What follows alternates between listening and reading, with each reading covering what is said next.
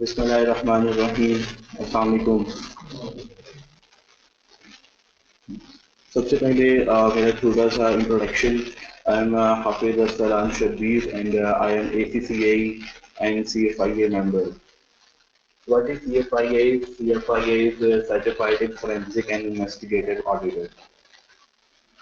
Afterwards, जो मेरा professional experience है वो ये है कि I started my career from KPMG तस्वीर हादी एंड कंपनी। उधर से आर्टिकल्स कंप्लीट करने के बाद I have joined Harvard Hussain Chaudhary and Company Chartered Accountants as an assistant manager in internal audit. कुछ अच्छा वहाँ पे लगाया कुछ 2.5 से 3 साल and I have joined Chenab Chenman Group. I was there as a head of internal audit and compliance. And now recently I joined Haiman Pharmaceuticals. Here I am also working as a head of internal audit and compliance. इसके साथ साथ I am also the vice chairman of the examination committee of Institute of Forensic Expert. और इसके साथ साथ I am also a faculty member of ACCA in fact Professional Academy of Commerce. तो ये था मेरा इंट्रोडक्शन। जो एजेंडा है हमारा वो आज का ये है कि व्हाट इज फोरेंसिक अकाउंटिंग, और फोरेंसिक में हम थोड़ा सा उसमें ये कवर करेंगे कि फ्रॉड क्या होता है, फ्रॉड कैसे किया जाता है, और फ्रॉड को डिटेक्ट करने की टेक्निक्स को हम देखेंगे। सबसे पहले हम चलते हैं फर्स्ट हम देखते हैं व्हाट इज फ्रॉड। फ्रॉड क्या होता है?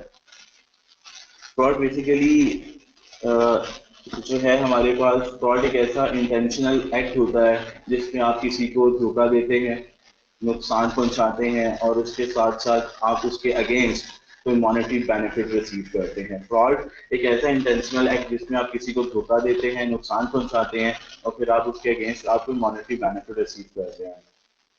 फोरेंसिक अकाउंटिंग क्या चीज है? फोरेंसिक अकाउंटिंग बेसिकली जब फ्रॉड हो जाता है, फ्रॉड हो जाने के बाद आपने कंपनी की या इंडिविजुअल की फाइनेंशियल इंफॉर्मेशन को इवैल्यूएट करना है, और उसके बाद इवैल्यूएट करने के बाद आपने उस डाटा को आपने कोर्ट में प्रेजेंट करना है ताकि आप जो पार्टी है, जो एक्यूज है, आप उसको प्रोसिक्यूट कर सके।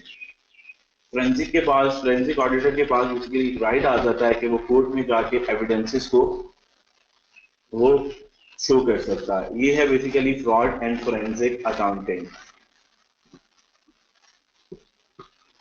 हमारे यहाँ पे ये है कि किसी किस्म का भी कोई फ्रॉड होता है, हम उसको चाहे वो एसेट से रेलेवेंट हो, चाहे उसने कैश कुछ एम्बेजलमेंट की हो, चाहे उसने कोई भी फ्रॉड किया, हम सब उसको एक ही वर्ड का नाम, एक ही लफ्ज यूज करते हैं, और वो क्या होता है? करप्शन। जबकि टेक्निकल जार्गन्स अगर हम देखें तो हमारी फील्ड में they are 3 types of fraud. वो फ्रॉड कौन कौन से हैं? सबसे पहले हमारे पास आ जाता है करप्शन। करप्शन के बाद आ जाता है asset misappropriation and then financial statement fraud. अब हम इसको वन बाय वन करके देखेंगे कि करप्शन क्या है, एसेट मिसअप्रोप्रिएशन क्या है, फाइनेंशियल स्टेटमेंट फ्रॉड क्या है।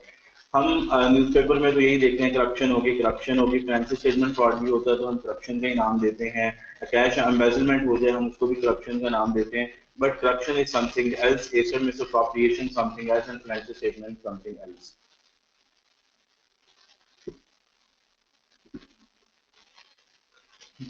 करप्शन में बेसिकली होता क्या है? करप्शन में फ्रॉडस्टर बिजनेस ट्रांजैक्शंस को अपनी अथॉरिटी से, अपनी पावर से इन्फ्लुएंस करते हुए उसके साथ साथ अपना बेनिफिट भी लेता है। यानी कि अगर मैं एक जगह पे बैठा हूँ, मैं बिजनेस ट्रांजैक्शंस को देख रहा हूँ, कंपनी के साथ साथ उसमें मैं कोशिश ये करूंगा कि उसमें अनफेयर एडवांटेज जो है वो मैं भी ले लूँ। इसकी एक छोटी सी एग्जांपल है, मैं आपको बताता हूँ। मैं इसी तरह एक ऑडिट में इन्वॉल्व था।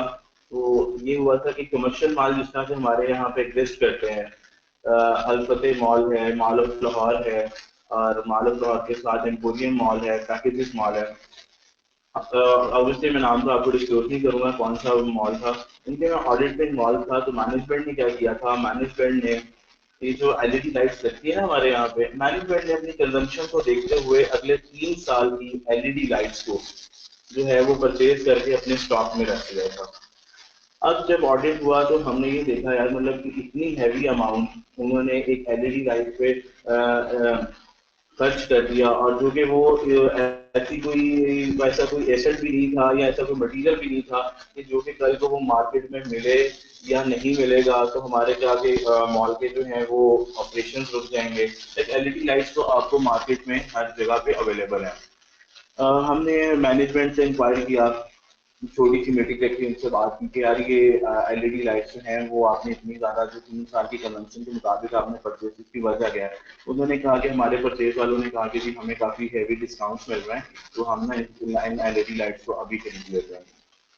तो मैनेजमेंट को सबसे मजे की बात ये बात पता थी और हमने क्या किया, इस केस को क्लोज कर दिया। लेकिन थोड़ी देर बाद हमने केस को दोबारा ओपन किया, इनवाइस को देखा, इनवाइस के ऊपर ना पीडीसीएल नंबर नहीं आ रहा था, सिर्फ मोबाइल नंबर आ रहा था। अब आप कोई भी इनवाइस उठा के देखें, कोई भी वेंडर जो है वो हमेशा मोबाइल नंबर नहीं देता, अपना पीडीसीएल नंबर भी देता है, ताकि कल को मेरे किसी कस्टमर को दोबारा इस चीज की जरूरत पड़े तो वो क्या हो, हमें राब्ता करके हमसे दोबारा से वो परचेज कर ले।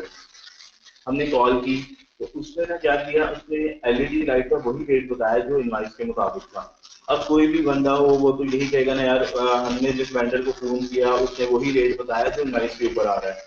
लेकिन जो उसमें मजेदार बात थी, जो कि एक शार्प ऑडिटर के लिए बड़ी मजेदार बात ये थी कि वो इनवाइस तकरीबन 8 से 10 महीने पुरानी थी, और पाकिस्तान में हमारा जो रेट है वो हर वीक हर हफ्ते चेंज हो रहा होता है, हर महीने चेंज हो रहा होता है। तो ये कौन सी एलईडी लाइट्स हैं जिनका 8 10 महीने पहले भी वही रेट था और आज भी वही रेट है। मैंने अपने लड़कों को मार्केट में भेजा और उनको बताया जरा रेट पता करो। जो उसने पर यूनिट रेट इनवाइस के ऊपर लिखा हुआ था वो कोई 7,000 के करीब था। हमने मार्केट में पता किया तो किसी ने कहा कि ये एलईडी लाइट जो है वो 1500 की है, तो किसी ने कहा 2000 की है, किसी ने कहा कि जी ये आई 2500 में थी। सबसे मजेदार बात, जब हम उसी शॉपकीपर के पास गए और उसे नहीं बताया कि हम ऑलरेडी में कस्टमर बन के गए, तो उसने बताया कि जी 2000 की मिल जाएगी आपको। कितने की मिल जाएगी? 2000 की। अब हमने जो सबसे बड़ी बात हमने पता की कि इसकी जब मार्केट में जब इंट्रोड्यूस हुई थी तब प्राइस सबसे ज्यादा होती है, उसके साथ साथ वो कम होती चली जाती है। पता किया कि मैक्सिमम ये जो आई थी 3,000 तक की आई थी, इससे ज्यादा की ये मार्केट में आई ही नहीं थी। उस बंदे ने खुद की कोटेशन दे दी, उस शॉपकीपर ने जिसे हमने खरीदा हुआ था और बाकियों ने भी दे दी, और एट द कंक्लूजन ये हुआ कि वो जो हमारे प्रोक्योरमेंट वाले थे वो मिले हुए थे शॉपकीपर के साथ। प्रोक्योरमेंट वाला बेसिकली उसका जो शॉपकीपर के साथ ताल्लुक था, रिलेशनशिप था, तो उन्होंने आपस में एक इनवाइस इस तरह से बनाई थी कि यार इसके ऊपर हम ये एक नंबर रख देते हैं, कल को अगर तुम्हें इस नंबर पे कहीं से भी कॉल आई तो तुमने यही इनवाइस का रेट बताना। अब ये क्या हुआ, वो बंदा प्रोक्योरमेंट में बैठा था, उसने बिजनेस ट्रांजैक्शन करनी थी, बिजनेस ट्रांजैक्शन के साथ बैठे बैठे उसने अपना भी लीगल या अनफेयर बेनिफिट उसने खुद भी रिसीव कर लिया। तो दैट्स कॉल्ड करप्शन। ऑब्वियसली उसके बाद पीछे रह कुछ नहीं जाता ना। उसके बाद जब एक आपके पास उस शॉपकीपर ने खुद भी लिख के दे दिया कि ये आपको इतने की मिल जाएगी, और बाकी मार्केट वालों ने जो मैक्सिमम प्राइस भी जो आई थी वो 3,000 तक की थी, और उन्होंने क्लेम की थी 7,000 पर पीस। तो मार्केट की जो स्टार्टिंग प्राइस 3,000 से है, 7,000 की उसने कहाँ से खरीदी?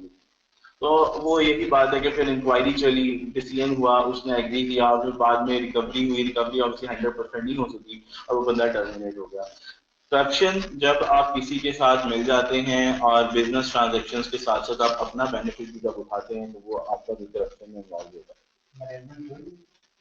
मैनेजमेंट जितनी भी है ना, मैनेजमेंट हमेशा उनके सामने जब कोटेशंस आ गई, उनके सामने जब प्रोक्योरमेंट वालों ने साइन कर दिए, आपके फाइनेंस वाले ने साइन कर दिए, अगर मैनेजमेंट ने खुद मार्केट में निकलना है तो नीचे बंदे रखने का क्या फायदा?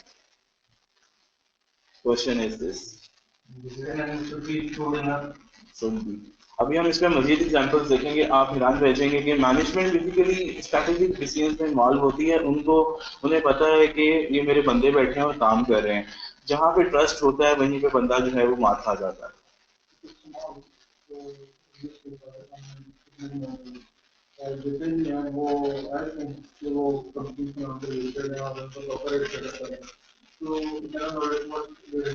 इंटरनल ऑडिट डिपार्टमेंट नहीं था ना, ये तो बेसिकली हमें बुलाया गया कि आप ओवरऑल एक ऑडिट करते हैं। हमेशा क्या होता है ऑर्गेनाइजेशंस में, जब उनको कहीं से टिपिंग मिलती है, टिपिंग ऑफ कोई उनको हिंट मिलता है, या वो आते हैं यार इंटरनल ऑडिट को 2 महीने के लिए हायर करें, 6 महीने के हायर करें, और उसके बाद हमारा पिछला सारा सेटअप जो है वो ऑडिट करते हैं।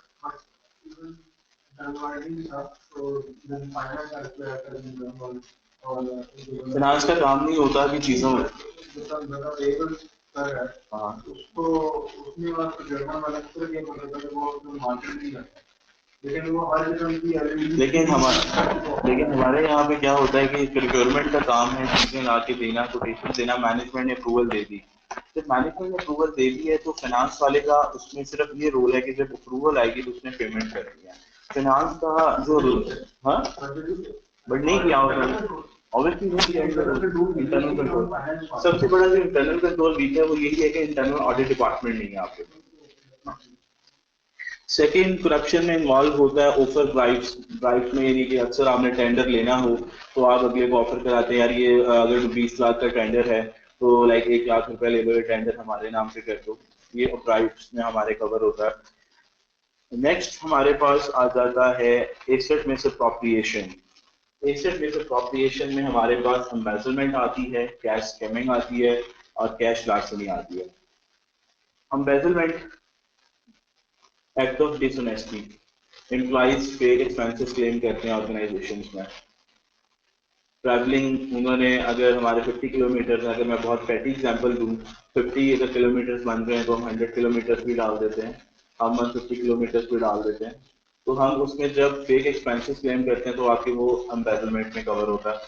इसकी अगर मैं आपको ना एक और एग्जांपल दूं छोटी सी, अगर हम छोटे से रेस्टोरेंट्स में जाएं, छोटे छोटे जो रेस्टोरेंट्स बने होते हैं, एक जो सर्व करने वाला आपका जो होता है ना वेटर, वो आपसे भी पैसे ले लेता है, आपसे भी ले लेता है, आपसे भी ले लेता है खाना खाने के बाद। जो काउंटर पे जा रहा है, काउंटर पे जाके वो कितने लोगों के पैसे जमा करवाएगा, वो वहां पे 8 टेबल्स हैं, 8 टेबल्स उसने पैसे इकट्ठे किए हैं, तो जाके वो 7 टेबल्स के पैसे जमा करा देगा, 1 टेबल के पैसे जो उसने रखेगा। This is just an example of embezzlement.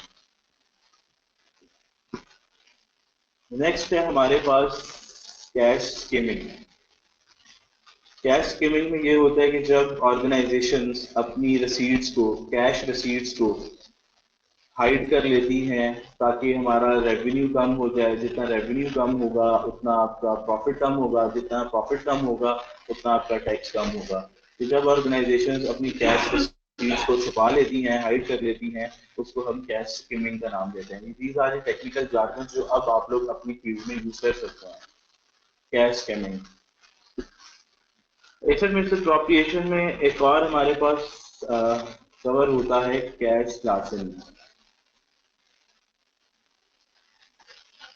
आप में से इसकी एग्जांपल हम ये दे सकते हैं कि समझाने के लिए इस हद तक कि आपके पास रोज कैश रिसीट्स जमा हो रही हैं, हर रोज जमा हो रही हैं, आपके पास 10 दिन बाद 1 मिलियन की कैश रिसीट्स जमा हो गई हैं। अब आपको पता है कि यहाँ पे कैश की कंसिलेशन महीने बाद बनती है, या आफ्टर 2 मंथ बनती है, आफ्टर 3 मंथ बनती है कैश की कंसिलेशन। आपने क्या किया, जब आप उस कैश को वक्ती तौर पे अपने लिए इस्तेमाल कर लेंगे, आपके पास 10 लाख पड़ा, 2 लाख आपको चाहिए, आपको घर में जरूरत आ गई, आपने उसमें से 2 लाख निकाला और वक्ती तौर पे 10 दिन के लिए, 15 दिन के लिए अपने लिए यूज किया, और उसके बाद जरूरत पूरी हुई, 2 लाख लाके वापस पूरा कर दिया, उसको हम कहते हैं कैश लार्सनी। अब इसमें ये हुआ था कि इसमें, क्योंकि मेरा जो सारा का सारा एक्सपीरियंस है वो ऑडिट का है, इसमें ये हुआ था कि जब हम कैश काउंट पे गए, कैश काउंट पे कैश पड़ा हुआ था, 2 लाख कम हो रहा था, 2 लाख कम हो रहा था। उसने पूरा किस तरह से करवा दिया, एक चेक जिसका टाइटल कोई नहीं था, और फिल हुआ हुआ था कि 2 लाख डेट डली हुई थी, और ये उसने डाल के कैश रखा हुआ था, और ब्लैंक चेक रखा हुआ था, टाइटल कोई नहीं दिया हुआ था। हमने कहा 2 लाख की तरह, कहता सर ये कस्टमर ने ना हमें ये कैश का ये चेक दे दिया, तो मैं इसको जैसे ही मतलब कि कैश करवाऊंगा तो हमारा ये कैश पूरा हो जाएगा। है क्या था, वो चेक बुक बेसिकली उसी के भाई की थी, उसमें से उसने चेक काटा, जाके कैश ड्रॉ में रख दिया। कल को अगर ऑडिट टीम आके कैश काउंट करती भी है तो मैं उनको कैश पूरा करा दूंगा, जबकि जो 2 लाख था वो उसको बेसिकली इस्तेमाल करके पास अपने घर के काम के जो भी इमरजेंसी। एग्जाम्पल समझ आती है कैश लार्सनी की। ये बेसिकली कैश लार्जनिंग है। कैश स्कीमिंग और कैश लार्जनिंग में सिर्फ इतना फर्क है, वो ऑर्गेनाइजेशन करती है और ये एक इंडिविजुअल एम्प्लॉय करता है। जो कैश स्कीमिंग में आप बता सकते हैं, कैश जो आईटी है कि कंपनी लोकल से लोकल से कैश वो भी बैंक लॉकर में तो रखा होता है जब आपने डिपॉजिट कराना होता है, लेकिन जब कस्टमर, जिस तरह रिटेल सेक्टर में कस्टमर आपको शॉप से दे के जाता है कैश, जैसे मैं आपको अपनी एग्जाम्पल चनाब चेयरमैन में हूँ, तो वहाँ पे कस्टमर आपको कैश दे के जाता है।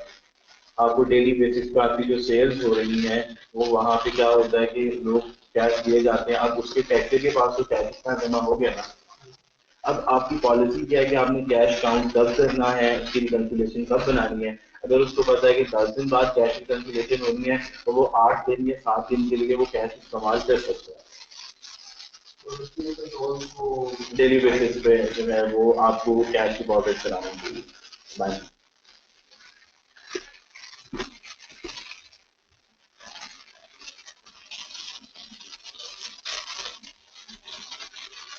नेक्स्ट है हमारे पास टाइप्स ऑफ फ्रॉड, और इसमें जो थर्ड कैटेगरी कवर होती है वो है फाइनेंशियल स्टेटमेंट फ्रॉड।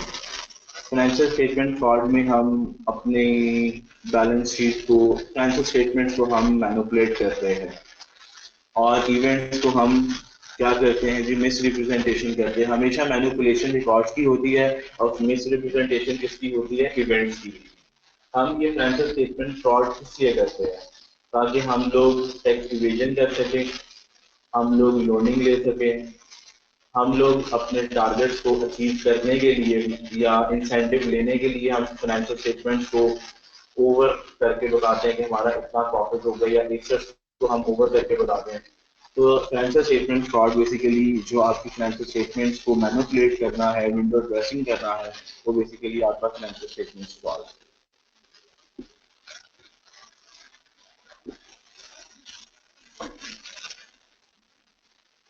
नेक्स्ट हमारे पास एक स्लाइड है जिसमें लिखा हुआ है कि ऑक्यूपेशनल फ्रॉड बाय कैटेगरी। जो भी हमने कैटेगरीज पढ़ी है, एसेट मिसअप्रोप्रिएशन, करप्शन और फाइनेंशियल स्टेटमेंट फ्रॉड, ये जो 3 कैटेगरीज हमने पढ़ी हैं, ये इनमें सबसे ज्यादा फ्रॉड बेसिकली होता किस कैटेगरी में है?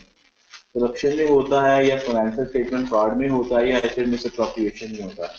जो हमारे पास रिसेंट केस स्टडी थी उसके मुताबिक सबसे ज्यादा जो फ्रॉड होता है वो एसेट मिसअप्रोप्रिएशन में होता है, जिसमें हमने 3 कैटेगरीज पढ़ी थी, कैश स्कीमिंग, कैश लार्जनिंग, एम्बेजलमेंट। ये सारे इन कैटेगरीज में जो फ्रॉड है वो सबसे ज्यादा होता है।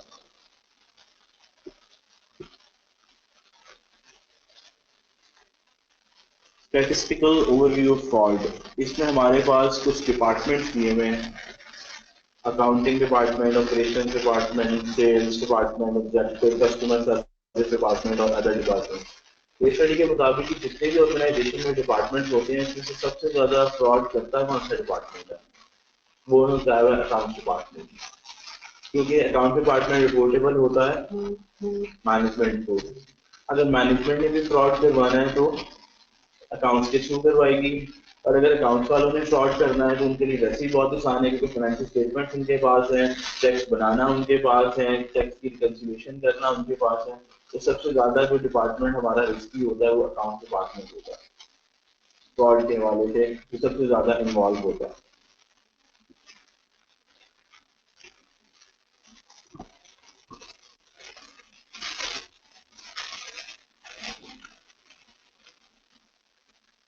नेक्स्ट स्लाइड है हमारे पास, फ्रॉड बेसिकली करता कौन कौन है। हमारे पास कुछ कैटेगरीज आ रही हैं, management, employees, organized employees, syndicate, clients, suppliers.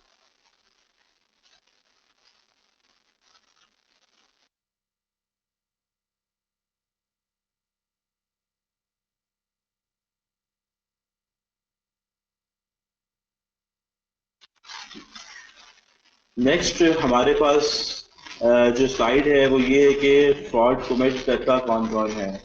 Management, employees, organized employees, syndicate, client, suppliers.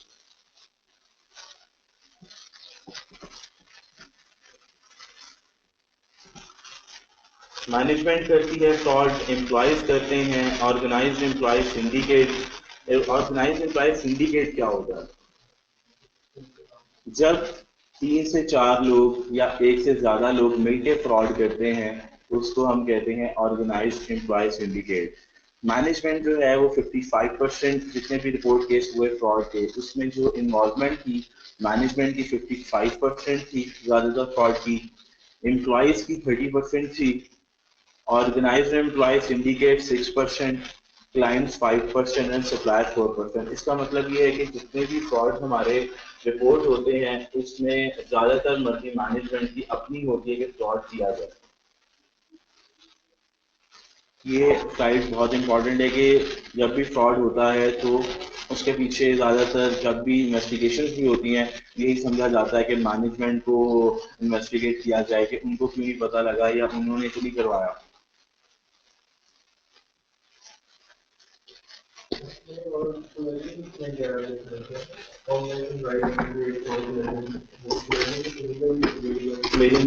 ये बेसिकली एक उन्होंने जार्गन बता दिया आपका कि ऑर्गेनाइज 3 से 4 लोग जब मिलकर फ्रॉड करते हैं उसको हम ऑर्गेनाइज एम्प्लॉय सिंडिकेट कहते हैं, आप कोल्यूजन भी कह सकते हैं इसको।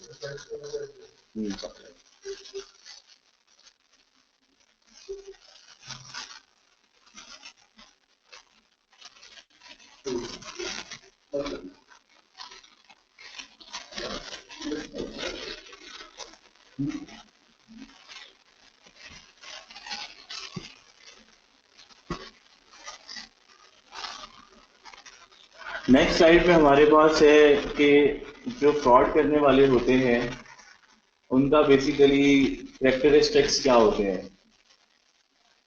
ज्यादातर जो फ्रॉड करते हैं वो करते हैं मर्डर रात, यानी कि जितने भी फ्रॉड हुए उसमें ज्यादातर जो परसेंटेज थी वो मर्डर रात की थी।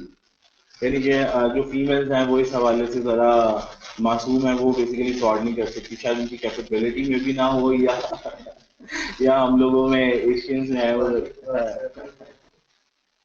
जो एज होती है फ्रॉड करने की वो 36 to 55 ईयर्स है। इसके पीछे एक बैकग्राउंड है 36 to 55 ईयर्स के, क्योंकि जब बंदा अपना कैरियर स्टार्ट करता है उसको लूप होल्स के बारे में नहीं पता होता, ऑर्गेनाइजेशन में काम करता है, जब उसको 12 साल 15 साल उसको काम करते हो जाते हैं फिर उसको पता लगता है कि यार मैं कहाँ से कहाँ का ऑर्गेनाइजेशन में लूप होल्स है और मैं कहाँ से फ्रॉड करके निकल सकता हूँ मैं। तो बेसिकली ये इसके जो एज है जितने भी लोग बाद में फ्रॉड करते पकड़े गए जो उनकी एज थी वो मिनिमम थी वो 36 थी और 55 थी, क्योंकि 55 के बाद तो वैसे ही आप तो 60 ईयर रिटायरमेंट हो गया शायद, तो पहले 55 होती होगी तो 50-55 साल तक लोग फ्रॉड कर लेते होते थे। एजुकेशन, ज्यादातर फ्रॉड करने वाले जो हैं वो हाईली क्वालिफाइड होते हैं क्योंकि उनको हर चीज की बैकग्राउंड के बारे में पता होता है, उनको ये पता होता है कि सिस्टम में लूप होल्स कहाँ से हैं, किसका बैक एंड ट्रैकिंग लॉग मिल जाएगा, कौन सा ऐसा काम करने से बैक एंड ट्रैकिंग लॉग नहीं मिलेगा, उनको सब पता होता है। जैसे एज एन ऑडिटर मुझे पता है कि कौन सी हम सिस्टम में एडिटिंग करते हैं अकाउंट डिपार्टमेंट या ऑपरेशन डिपार्टमेंट तो किसका पीछे रिकॉर्ड बन जाता है और किस एक्टिविटी का पीछे रिकॉर्ड नहीं बनता। तो जैसे जैसे लोग एक्सपीरियंस होते चले जाते हैं, जैसे जैसे उनकी क्वालिफिकेशन इंक्रीज होती चली जाती है वैसे वैसे वो फ्रॉड करने के लिए एलिजिबल हो जाते हैं। और जितने भी लोग थे टाइम विद द कंपनी, मतलब कि उन्होंने ज्यादातर पुराने एम्प्लॉइज थे उस ऑर्गेनाइजेशन में जिन्होंने फ्रॉड किया। क्यों? अगर एक बंदा 10 साल से बैठा है 12 साल से ऑर्गेनाइजेशन में बैठा है उसको सब पता है कि किधर क्या क्या हो रहा है, तो उसके लिए फ्रॉड करना और भी इजी हो जाता है। इवन उसको यहाँ तक पता लग जाता है कि मैनेजमेंट किन एरियाज को फोकस करती है और किन एरियाज को फोकस नहीं करती। इसकी बहुत अच्छी एग्जांपल है, मैं एक मैन्युफैक्चरिंग कंसर्न में था, उधर 3 डायरेक्टर थे, हर डायरेक्टर का अपना अपना एरिया जो है सेग्रीगेटेड था। एक प्लांट को देखता था, एक हेड ऑफिस को देखता था और एक सेल्स को देखता था। उसमें से जो एक डायरेक्टर था ना वो ऑडिट के ना वैसे ही हर एक की अपनी एक साइकी होती है, कुछ लोग ऑडिट को बहुत ज्यादा वैल्यू देते हैं, नहीं यार इनके बगैर कुछ नहीं हो सकता, आप हर चीज ऑडिट को चेक करा के लाओ, तो ऑडिट वाले हमेशा जो है वो न्यूट्रल बात करते हैं। दो डायरेक्टर्स तो बिल्कुल वैल्यू करते थे, एक डायरेक्टर वैल्यू नहीं करता था। वो कहता था इनका काम है सिर्फ कीड़े निकालना और कंपनी के ऑपरेशंस में डिले करना। और ऑब्वियसली ये होता भी है। जो आपके क्वालिफाइड ऑनर्स होंगे, क्वालिफाइड सीईओज होंगे, वो कभी भी ये बात नहीं कहेंगे। लेकिन अनफॉर्चुनेटली पाकिस्तान में ऐसी ऑर्गेनाइजेशंस हैं जहाँ पे जो प्रोफेशनल कल्चर है वो नहीं है, स्टेट कल्चर ज्यादा एग्जिस्ट करता है। बड़ी ओपनली बात मैं कर रहा हूँ यहाँ पे। तो होता क्या था, हर तीनों डायरेक्टर्स ने आधा आधा घंटा एलोकेट किया हुआ था कि इसके दरमियान में फाइनेंस वालों ने आना और मुझसे चेक साइन करवाने। अब एक बंदा पहले गया, मतलब कि आधा घंटे की स्लॉट थी, उसने उस डायरेक्टर से साइन करवाए, दूसरे बंदे ने दूसरे डायरेक्टर से साइन करवाए, तीसरे बंदे ने तीसरे डायरेक्टर से साइन करवाए। जो सेल्स का था ना डायरेक्टर, वो ऑब्वियसली हमारे अगेंस्ट इसलिए था क्योंकि हम ये सेल्स के बंदों पे ऑब्जेक्शन लगाते थे, एक्सपेंसेस पे क्लेम करते थे, तो हमारी कभी नहीं बनती थी। अब हुआ क्या, जब वो बंदा फाइनेंस वाला जाता था ना साइन करवाने, अब वो 30 वाउचर्स हैं और 30 चेक्स हैं। अब मैनेजमेंट ने या डायरेक्टर ने सिंपल देखा, अमाउंट देखी, चेक की अमाउंट देखी, साइन करता चला गया, साइन करता चला गया। हुआ क्या, उस बंदे ने क्या किया, उसने कहा उसको देखता गया। एक दिन क्या हुआ, उसने वाउचर बनाया फॉर सलाम के नाम पे और चेक बनाया अली के नाम पे। ठीक है, मैनेजमेंट ये हुआ गलती से। जब वो अंदर गया, मैनेजमेंट ने, सीईओ साहब ने बगैर देखे साइन करके तीनों को 30 से 30 तक दे दिए। उसने उस वक्त तो ठीक कर लिया कि यार ठीक है मैं बना देता हूँ, लेकिन आइंदा जब उसको जरूरत पेश आई, उसने क्या किया, उसने कहा कि तो सीईओ साहब देखते नहीं है। तो उसने क्या किया, जब 50 चेक्स होते, 50 चेक्स होते, तो एक चेक के ऊपर वो जो उसके साथ वाला बंदा बैठा होता था उसके नाम पे चेक बना लेता होता था, तो वो जाता था, साइन हो जाते थे। और उसको ये कहता होता था, वो ऑब्वियसली उसका फाइनेंस का बंदा नहीं था, कुलीग था उसका, दोस्ती यारी अच्छी थी। उसको चेक दे देता होता था, जाके ना वो अपने अकाउंट में जमा कराता था, उसको पैसे आ जाते थे। और उसको नहीं पता था कि ये चेक इसी कंपनी का है। ठीक हो गया, तो उन्होंने कह रहा यार मेरे बाहर से पैसे आने दो ना, मैं तुम्हारे बैंक अकाउंट में जाके चेक जमा करा रहा हूँ, मैं तुम्हारे बैंक अकाउंट में जाके चेक जमा करा रहा हूँ। हुआ गया, वो इस तरह महीने में एक चेक किसी तरह जरूर वो पास हो, उनकी मुझे पता है मैनेजर सी साहब को बहुत जल्दी है, 50 चेक नहीं है, गए साइन करा दिए। आखिरकार ये तकरीबन 2 साल ऐसे चला, 2 साल, जिसमें उसका कोई 60 लाख रुपया वो इस तरह से निकलवा चुका था। पकड़ा कैसे गया कि जब हालात थोड़े से कंपनी के डाउन हुए, सेल्स डाउन हुई, उन्होंने बैंक वालों को सिर्फ इतनी इंस्ट्रक्शंस दी कि अगर हमारा चेक 50,000 से ऊपर कोई आया तो आप लोगों ने हमसे पूछना है। उसने उसी तरह, उसे नहीं पता था ये बात, क्योंकि फाइनेंस के हेड ने ये बात रोटेट की थी, आगे फॉरवर्ड किया। जिस दिन उसने 1 लाख रुपए का चेक काटा, वो गया बैंक के पास, बैंक वालों ने फोन किया, बैंक वालों ने फोन ये किया कि जी आपका 1 लाख का चेक आया, निकालना कि नहीं। तो हमने तो ऐसा कुछ चेक दिया ही नहीं 1 लाख वाला। उन्होंने चेक किया, बुलाया, तो फिर वहां से बात लिखा हुई कि सर ये चेक मैंने बनाया था। वो चेक ये किसके नाम पे, वो साथ वाले बंदे के नाम पे था, उसको बुलाया। वो कहते हैं कि सर मतलब जो चेक तो यही जमा कराता है मेरे अकाउंट में, हमें मुझे तो बस ये कहता है कि बाइक से पैसे आने, मैं इसको निकाल के दे देता हूँ। अब ये देखें कि एक ऐसा फ्रॉड है कि जिसमें ये लोग समझते हैं कि फ्रॉड होगा ना, ऑर्गेनाइजेशन में पता नहीं क्या हो जाएगा, कोई लोग आएंगे, कोई हमें कोई हादसा होगा, हमारे सामने जो है वो फ्रॉड होने लगा है। फ्रॉड हो रहा होता है, ऑर्गेनाइजेशन बिल्कुल स्मूथ चल रही है, आपको बिल्कुल नहीं पता था। अब ये फ्रॉड डिटेक्ट भी नहीं हो सकता, क्या पता उसने अपने कजन के नाम पे 2-4 चेक बनाए हों, क्या पता उसने अपने फ्रेंड के नाम पे कोई 2-4 चेक बनाए हों, तो आप इसको किस तरह से डायग्नोज कर सकते हैं। तो ऐसे भी होता है कि अक्सर मैनेजमेंट जो है वो चीज़ों को इजी ले लेती है।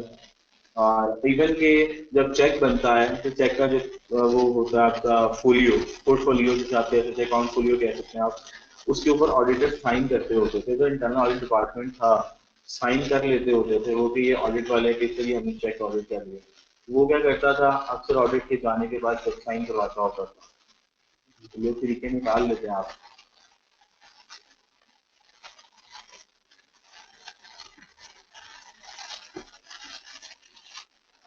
नेक्स्ट हमारे पास है एजुकेशन लेवल ऑफ परपिट्रेटर्स, लाइक कौन से लोगों ने जो है वो मतलब के जो फ्रॉड करते हैं उनकी लेवल ऑफ एजुकेशन क्या था। तो ऑब्वियसली जिस तरह से मैंने आपको बताया कि एजुकेशन जिस तरह से लोगों की ज़्यादा होती चली जाती है, वैसे वैसे वो फ्रॉड के लिए एलिजिबल होते चले जाते हैं। जितने भी आपको ये बुलेट्स नजर आ रही है सबसे ज्यादा पोस्ट ग्रेजुएट डिग्री वाले हैं, पीएचडीज वाले, या हमारी लाइन में सी ए या उससे भी ऊपर।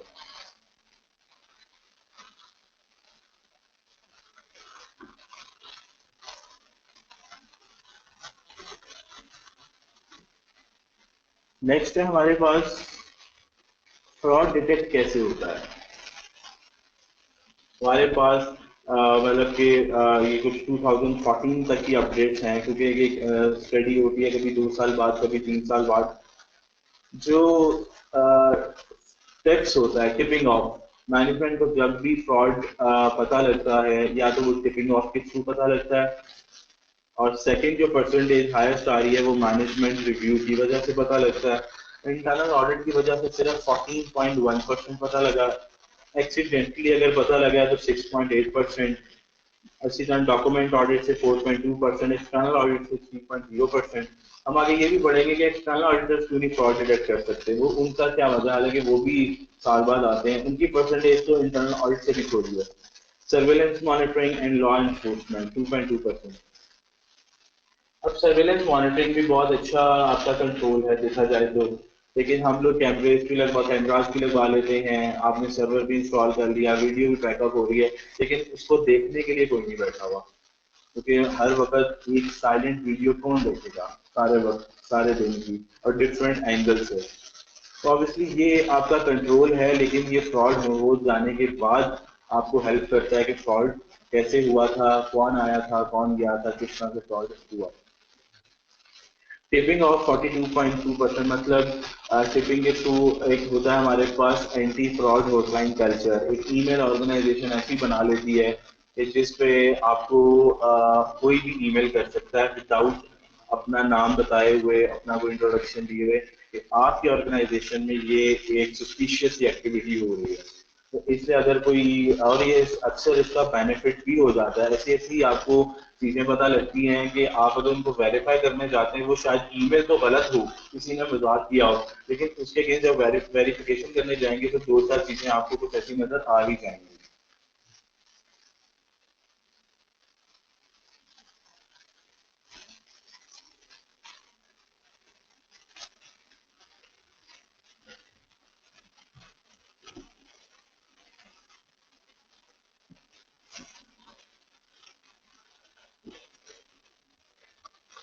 नेक्स्ट है हमारे पास जो टिपिंग हमने बताई कि टिपिंग ऑफ के थ्रू हमें फ्रॉड पता लगता है, वो टिपिंग ऑफ करता कौन है।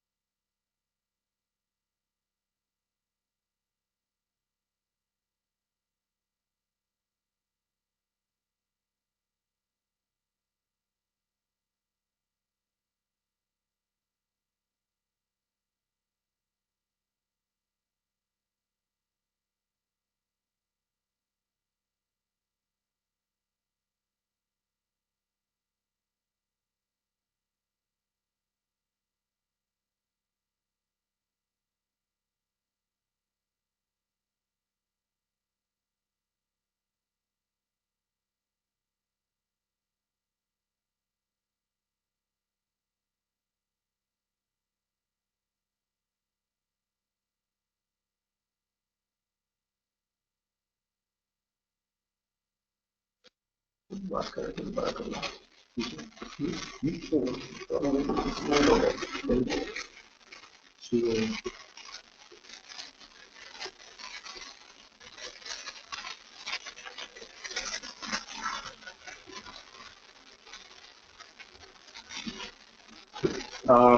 कुछ टेक्निकल इश्यूज की वजह से शायद जो है वो इधर आवाज़ नहीं जा रही थी।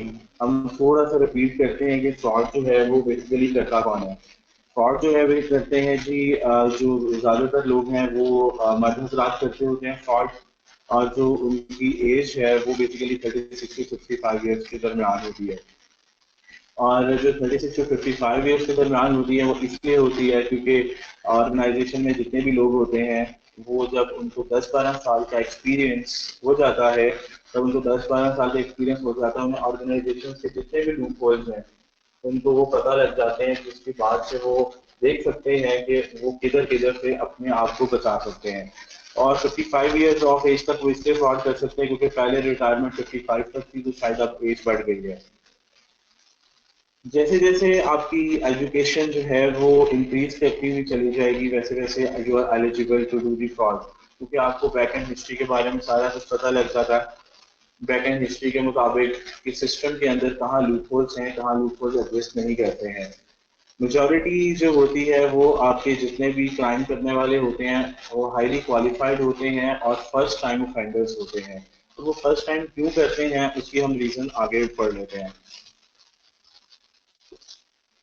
नेक्स्ट हमारे पास थी एजुकेशन लेवल ऑफ फ्रॉडस्टर के जितने भी फ्रॉड रिपोर्ट हुए उसमें जो सबसे ज़्यादा थे वो पोस्ट ग्रेजुएट डिग्री वाले थे, यानी कि जिनकी क्वालिफिकेशन सबसे ज़्यादा थी। यहाँ पे आप देख सकते हैं हाई स्कूल भी है, यूनिवर्सिटी भी है, यूनिवर्सिटी डिग्री भी है और पोस्ट ग्रेजुएट डिग्री भी है। तो इसमें जितने भी फ्रॉड हुए उसमें जो सबसे ज़्यादा बुलेट आई है वो पोस्ट ग्रेजुएट डिग्री वालों की है। फ्रॉड जो है वो डिटेक्ट कैसे होता है, दे आर फ्यू वेज जो मेंशन है इसमें। टिपिंग ऑफ है, मैनेजमेंट रिव्यू है, इंटरनल ऑडिट है। बाय एक्सीडेंटली अगर फ्रॉड पकड़ा गया तो 6.8% है। अकाउंट्स रिकंसिलिएशन है, डॉक्यूमेंट ऑडिट है, एक्सटर्नल ऑडिट है, सर्वेलेंस मॉनिटरिंग है, लॉ एनफोर्समेंट है। अब टिपिंग ऑफ क्या होता है कि जिस ऑर्गेनाइजेशन में कुछ ईमेल बना दी जाती हैं, एंटी फ्रॉड हॉटलाइन कल्चर होता है। एक ईमेल बना दी जाती है जिसमें ऑर्गेनाइजेशन का कोई भी बंदा या वेंडर या आपका कस्टमर ईमेल कर सकता है कि आपके ऑर्गेनाइजेशन में ये सस्पिशियस एक्टिविटी हो रही है। तो मैनेजमेंट क्या करती है, उस सस्पिशियस एक्टिविटी को इन्वेस्टिगेट करती है। अगर फ्रॉड हो रहा होता है तो उसके मुताबिक रेलेवेंट एक्शन लेती है, अदरवाइज वो उसको वहीं पे क्लोज कर देती है। जो इसमें इंटरनल ऑडिट है वो सिर्फ परसेंटेज उनकी 14.1% है। और अकाउंट्स रिकंसिलिएशन के 6.6% है। डॉक्यूमेंट ऑडिट 4.2% है। एक्सटर्नल ऑडिट 3.0% है।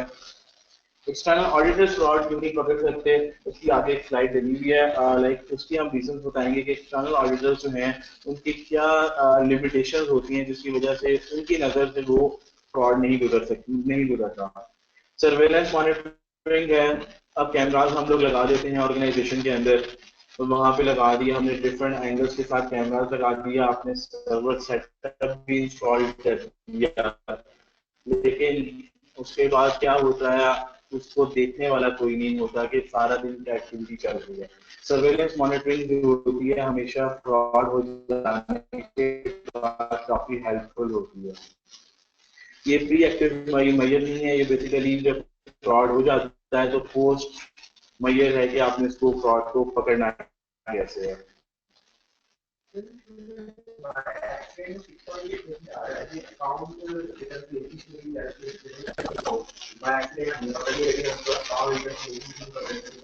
बेसिकली अकाउंट की कैंसिलेशन इसकी हमारे, मैं आपको जैसे जैसे चलता है मेरे पास ना एग्जांपल्स हर एक के साथ अटैच है, हम इसको पढ़ते हैं, सारी एग्जांपल्स में कवर हो जाएंगी।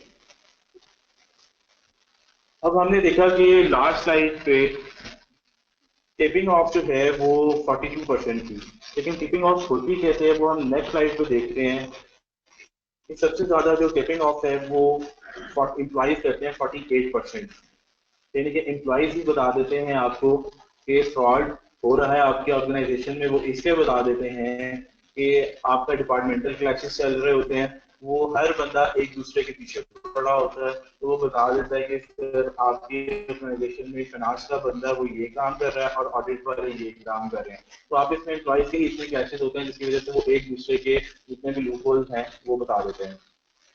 कस्टमर है 21.6%, वेंडर है 9.6%। और वेंडर की एग्जांपल हम आगे देखते हैं, फोरेंसिक ऑडिटिंग की एक मेथोडोलॉजी है, उसके साथ मैं आपको लिंक करके बताता हूँ। और कंपेटिटर 1.5%। ये स्लाइड है हमारे पास कि फ्रॉड करते हैं।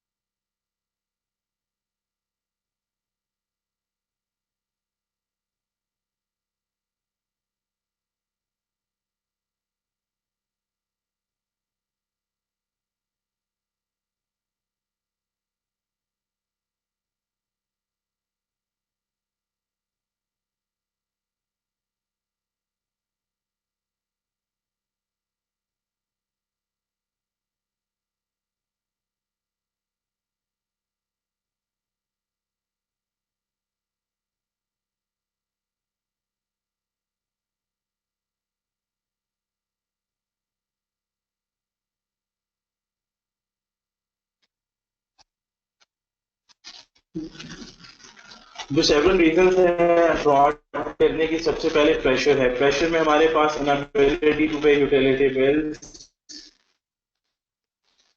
ड्रग और गैम्बलिंग एडिक्शन, एक्सट्रीम ड्रग्स।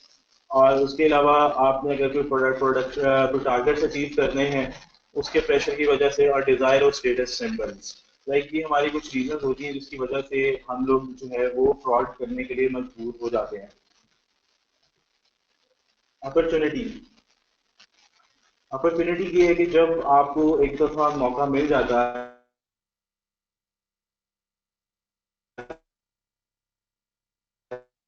है, अब पहले मौके में तो फ्रॉड नहीं करते, लेकिन जब जरूरत पड़ती है तो फिर आप लोग फ्रॉड करते हैं। जिसकी एग्जांपल मैंने आपको अभी दी थी कि वो डायरेक्टर के पास, और उसके पास सिर्फ 30 मिनट्स का टाइम होता था। उसने उस टाइम स्लॉट में उसने चेक साइन करवाने डायरेक्टर से, चाहे वो 40 चेक्स हैं चाहे वो 50 चेक्स हैं। अगर एक दूसरे लोगों ने एग्जाम्पल नहीं सुनी, मैं उसको दोबारा से रिपीट कर देता हूँ। तो जब वो चेक साइन करवाने जाता था तो डायरेक्टर जो है वो 50 चेक्स के ऊपर साइन कर देता था। उसके पास इतना टाइम नहीं है वो ये चेक करे कि यार ये चेक जो है वो हम किस लिए बना रहे हैं, ये चेक से हमने क्या खरीदा है। उसे पता है मेरे पास नीचे अकाउंट्स वाले बैठे हैं, मेरे पास नीचे ऑडिट वाले बैठे हैं, मेरे पास नीचे फाइनेंस वाले बैठे हैं। सिंपल वो साइन कर देता होता था। अब वो क्या करता था, पहली दफा तो जब उसने 50 चेक साइन करवाए तो उसमें अगर वाउचर था चालान का तो चेक के ऊपर नाम लिख दिया गया गलती से अली। तो उसने जब जाके अंदर से साइन करवाया तो मैनेजमेंट ने बगैर देखे चेक के ऊपर साइन कर दिया। पहली दफा तो उसने कहा कि यार ये तो असलान का वाउचर था, अली के नाम से चेक बन गया, डायरेक्टर ने भी साइन कर दिए, उसने पहली दफा तो ठीक करा दिया। लेकिन जब उसको 2 महीने बाद ही उसको जरूरत पड़ी तो उसने 50 चेक में से एक चेक ऐसा भी साइन करवाया जो उसके साथ जो कुलीग बैठा था उसके नाम पे।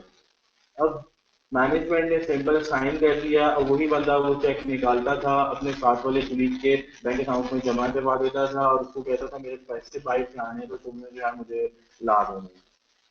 अब बात ये है कि मैनेजमेंट को कैसे पता लगेगा, ऑर्गेनाइजेशन में 1000 एम्प्लॉयज होते हैं, 900 1600, मैं कहता हूँ 400 एम्प्लॉयज भी हों तो जो वो चेक के ऊपर नाम आ रहा है उनको नहीं पता होगा यार कि ये वेंडर का चेक है या एम्प्लॉय का चेक है।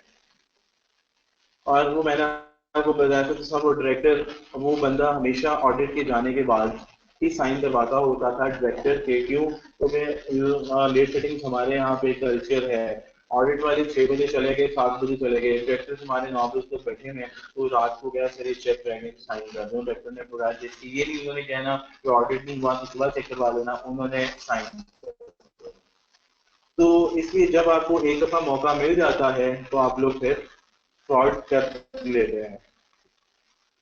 थर्ड है रेशनलाइजेशन, अपने आप को झूठी तसल्ली देना कि मेरे साथ जो एम्प्लॉय बैठा हुआ है मेरे ही एक्सपीरियंस इतना है, वो 1 लाख ले रहा है, मैं 50,000 ले रहा हूँ, तो फ्रॉड करना मेरे साथ ज्यादा हो रही है तो मेरा फ्रॉड करना बनता है। या मेरा एम्प्लॉयर मेरा मेरा एम्प्लॉयर लोगों को चीट करता है तो मैं भी चीट करूंगा तो इसमें कोई गलत बात नहीं है। या मैं अंडर पेड हूँ, मुझे इन्होंने कम पैसों पे रखा है तो मेरा फ्रॉड करना बनता है। तो ये लोग अपने आप को गलत नहीं ठहराते, अपने आप को तसल्ली देते हैं। या मेरे घर वाले जो हैं वो उनके ऊपर डेट्स हैं, मैंने उनको कर्जा उतारना है तो मैं उनको कर्जा उतारने के मैं चोरी करूंगा तो मैं ठीक है, वो गलत बात है। तो जब आपके ऊपर प्रेशर होगा, अपॉर्चुनिटी होगी, रेशनलाइजेशन है, अगर ये फैक्टर्स हैं आपके पास तो आप फ्रॉड करेंगे। इसमें अक्सर ही आजकल भी हम कहते हैं यार इतना सा तो कर लिया इसमें क्या जाता है, क्योंकि हमारा आजकल भी एक बना हुआ है यार इतना करना तो बनता ही है ना। हम अक्सर बोल रहे होते हैं यार इतना करना तो बनता ही है। हाँ, बल्कि न्यूज में भी कुछ ऐसे इंसिडेंट पिछले दिनों पेश आए हैं, हमने देखा ही है, तो वो कहते हैं यार इतना तो करना, हम इतना काम करते हैं तो इतना तो करना बनता ही है हमारा। ऑब्वियसली आपको समझ रखी है बात की। Why external auditors do not detect fraud? क्योंकि अब हमारे एक्सटर्नल ऑडिटर्स का वो जो ऑडिट करने का तरीका है ना, वो फाइनेंस वालों को ना रट चुका हुआ है। उन्हें पता है इसने आगे रिस्की एरियाज निकालने हैं, उसमें से बड़ी बड़ी अमाउंट के वाउचर निकाल लेने हैं और 80% या 70% की अमाउंट पूरी करनी है। तो ये मेरे पास ये लेजर आ रहा है कि इसमें 4 बड़ी अमाउंट उठानी है, 10 बड़ी वाउचर तय करने हैं, उसका ऑडिट प्रोसीजर पूरा हो जाएगा। या क्लाइंट को ही दे देना यार ये शीट प्लीज यार फिल करके हमें दे दो। बिल्कुल ऐसे ही होता है, जैसे ही कह रहे हैं ऐसे ही होता है कि हम क्लाइंट को दे देते हैं यार ये टेस्ट ऑफ कंट्रोल लगा के हमें खुद ही बता दो या खुद ही बता दो क्या क्या मसला है। और उसके बाद हमारी जो टीम है, क्योंकि मैं भी स्टेज से गुजरा हूँ, यार ये 15 दिनों में ऑडिट करके वापस आना है आपका। उनके ऊपर टाइम प्रेशर ही इतना होता है कि वो सिर्फ अपने डॉक्यूमेंट फिल कर रहे होते हैं।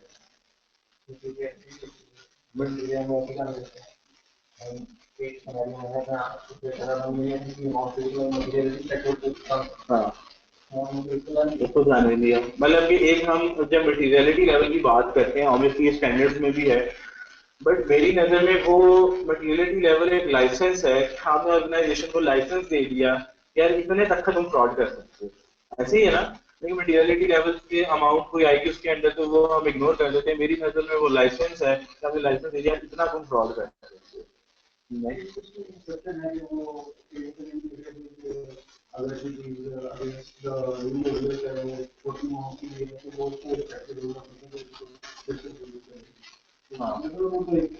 वो डिस्कस होती है और फिर वो डिस्कस भी होती चला जाती है, वो एक अलग चीज है। उसके बाद सैम्पलिंग में हम काम करते हैं, ठीक है। और सैम्पलिंग में भी हमने जो है वो बड़ी सैम्पलिंग तो करनी है। उसके बाद वाउचर भी वो उठाने हैं जो बेसिकली आपके 70% की अमाउंट को या 80% की अमाउंट को पूरा करें। और जो लड़के आप लोग भेजते हैं, आप लोगों ने एक सिर्फ सीनियर भेजा होता है, उसके नीचे 8 जूनियर होते हैं जो पहली दफा एक्सेल यूज कर रहे होते हैं, और 80% केसेस में ऐसे ही होता है। तो वो उस टाइम पे अपनी वर्किंग देख रहे होते हैं कि यार मेरी फॉर्मेटिंग ठीक हो, मेरी वर्कशीट पूरी बनी हो।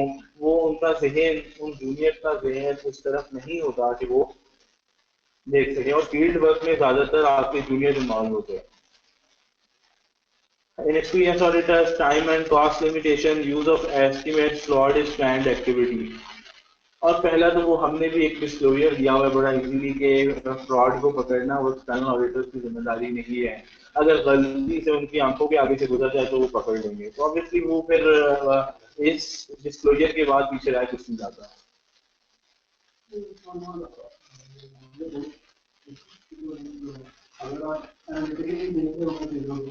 तो मेरा कम चांस के वो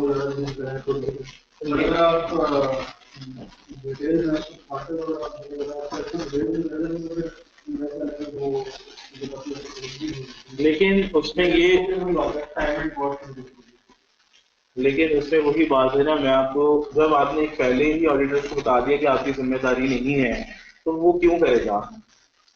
तो आपको आपने पहले बता दिया कि आपकी जिम्मेदारी नहीं है ऑडिट फ्रॉड पकड़ना, तो वो क्यों पकड़ेगा।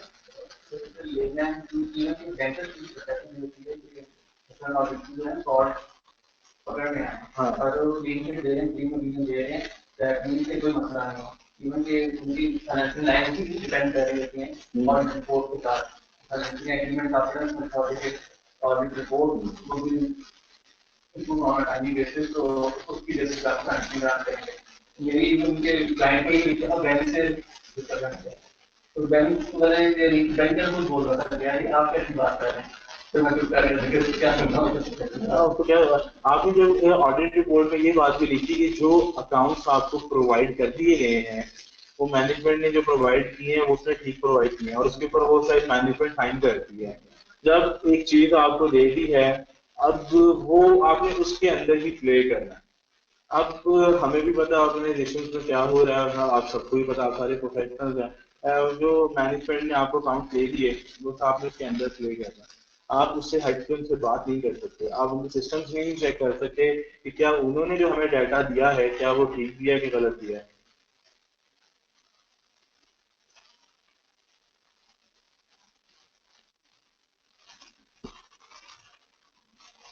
नेक्स्ट है हमारे पास ये एग्जाम्पल है, ये लेकिन एग्जाम्पल यहाँ की नहीं, ऑब्वियसली पाकिस्तान की। दिस इज रीटा ट्रेंडवेल, जो कि फॉर्मर कंट्रोलर थी। कंट्रोलर इस तरह से कह सकते हैं कि जिसकी रिस्पॉन्सिबिलिटी थी एक टाउन की रोड्स को बनवाना, उनकी लाइफ की टाउन की मेंटेनेंस को करना, कंप्लीट करना, उसकी बस ये जिम्मेदारी थी। उसने कोई 53 मिलियन का फ्रॉड किया था कुछ 22 साल में, और 53 मिलियन डॉलर्स में। और जो एनुअल बजट था वो 9 मिलियन का था। अगर मैं 9 मिलियन को 22 ईयर्स में देखूं तो आपका तकरीबन 200 मिलियन बजट है, जिसमें से उसने 53 मिलियन का दिया, यानी कि more than 25% of the budget उसने एम्बेसलमेंट की। अब उसके थ्रू वो करती क्या थी, एक थोड़ा सा पहले ओवरव्यू देख लेते हैं कि वो अपने उस मनी को यूज करती थी उसके जो हॉर्सेस थे उनकी लाइफस्टाइल के लिए, और मतलब कि उसने ट्रांसफर किए फंड्स को। इसकी डिटेल मैं आपको ना नेक्स्ट साइड पे बताता हूँ। बहरहाल जो वो फ्रॉड किया उसने उन पैसों से करती क्या थी, वो उसके पास हॉर्सेस थे, फार्म्स थे, उसके बाद एक्सेस थी, क्वालिटी थी, हमर थी उस जमाने में, लेट मॉडल ट्रक्स। उसके बाद उसके पास जो है वो motor home, Florida home, jewellery, fur coats, wooden furniture, ये उन सारे पैसों से वो इन चीजों को फाइनेंस करती थी या मेंटेन करती थी।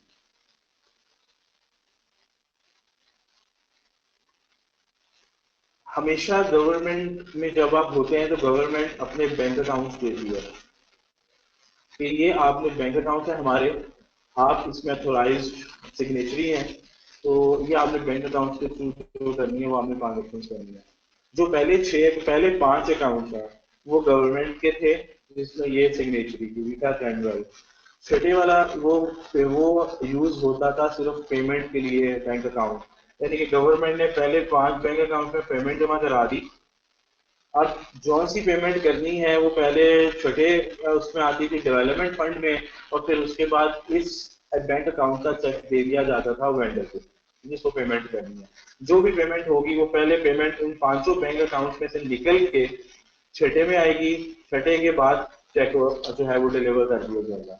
जो 7वां बैंक अकाउंट है इसमें थोड़ा सा गौर करें, 6 पे आ रहा है कैपिटल डेवलपमेंट फंड, और 7 पे आ रहा है कैपिटल डेवलपमेंट अकाउंट,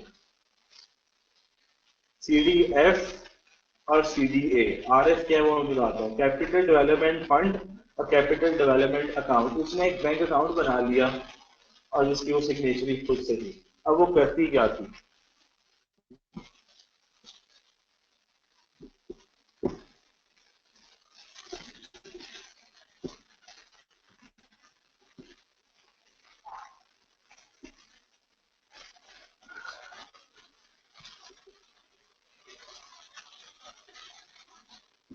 रीटा क्रेनवेल क्या करती थी, सेकंड पैराग्राफ में देखें, और जो सेकंड लाइन है RSCDA was short for Reserve Sewer Capital Development Account. She regularly transferred funds from the first 5 accounts into the Legitimate Capital Development Fund account 7503 था, और उसके बाद वो क्या करती थी, the next step was that she created fictitious capital project and fabricated 179 invoices for those projects. वो invoices fake बनाती होती थी, वो इनवाइसेस भी मेरे पास आगे सैंपल के तौर पे हैं। इनवाइसेस वो बनाती थी और उसके बाद वहां से वो पैसे पहले 5 बैंक अकाउंट से निकाल के छठे में डालती थी, फिर वहां से वो चेक निकाल के अपने 7वें बैंक अकाउंट में ट्रांसफर कर देती थी। वो इनवाइसेस में फर्क क्या था, जो फेक इनवाइस है वो आपके राइट साइड पे जो है वो वाली है। अब देखें नीचे डिफरेंस दिया हुआ है, नो लोगो, जो उसने फिक्टिशियस इनवाइसेस बनाई उसमें लोगो कोई नहीं था। नंबर सेकंड सेक्शन, जो आपके लेफ्ट साइड में इनवाइस है अगर आप उसको जूम करें तो वहां पे सेक्शन की स्पेलिंग SECTION है, और राइट साइड पे जो आपके इनवाइस आ रही है वो SECTON है। सेक्शन की स्पेलिंग्स भी गलत है।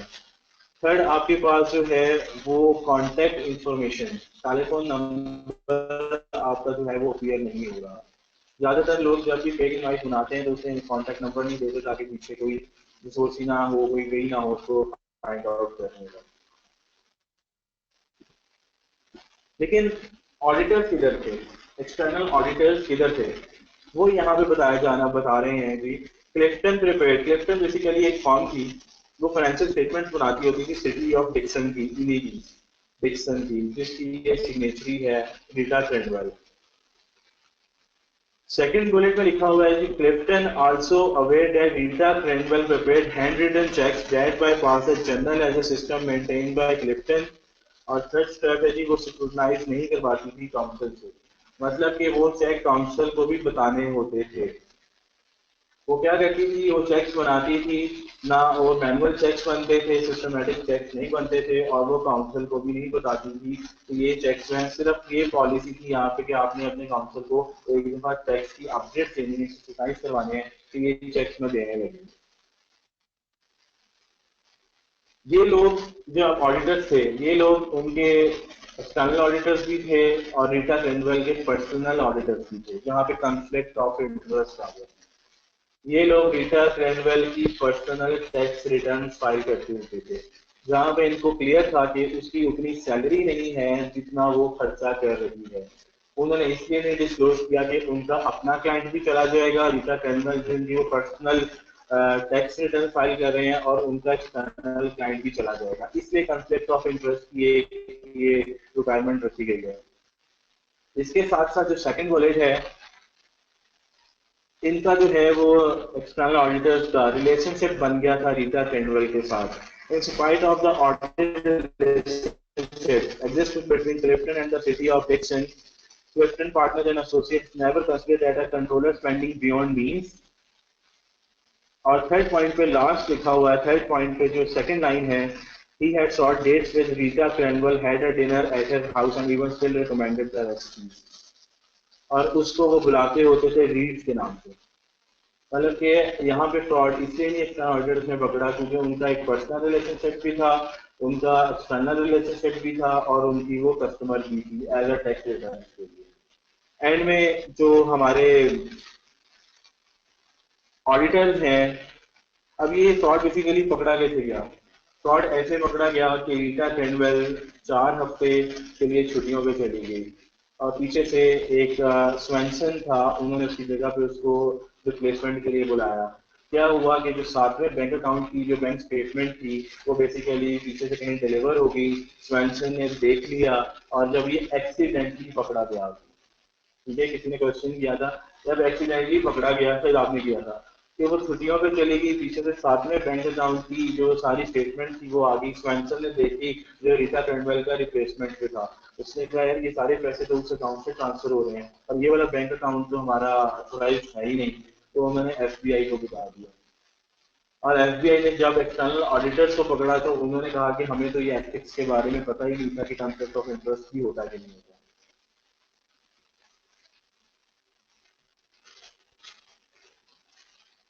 तो ये एक्सीडेंटली भी फ्रॉड पकड़ा जा सकता है। नेक्स्ट है हमारे पास फोरेंसिक ऑडिट मेथोडोलॉजी।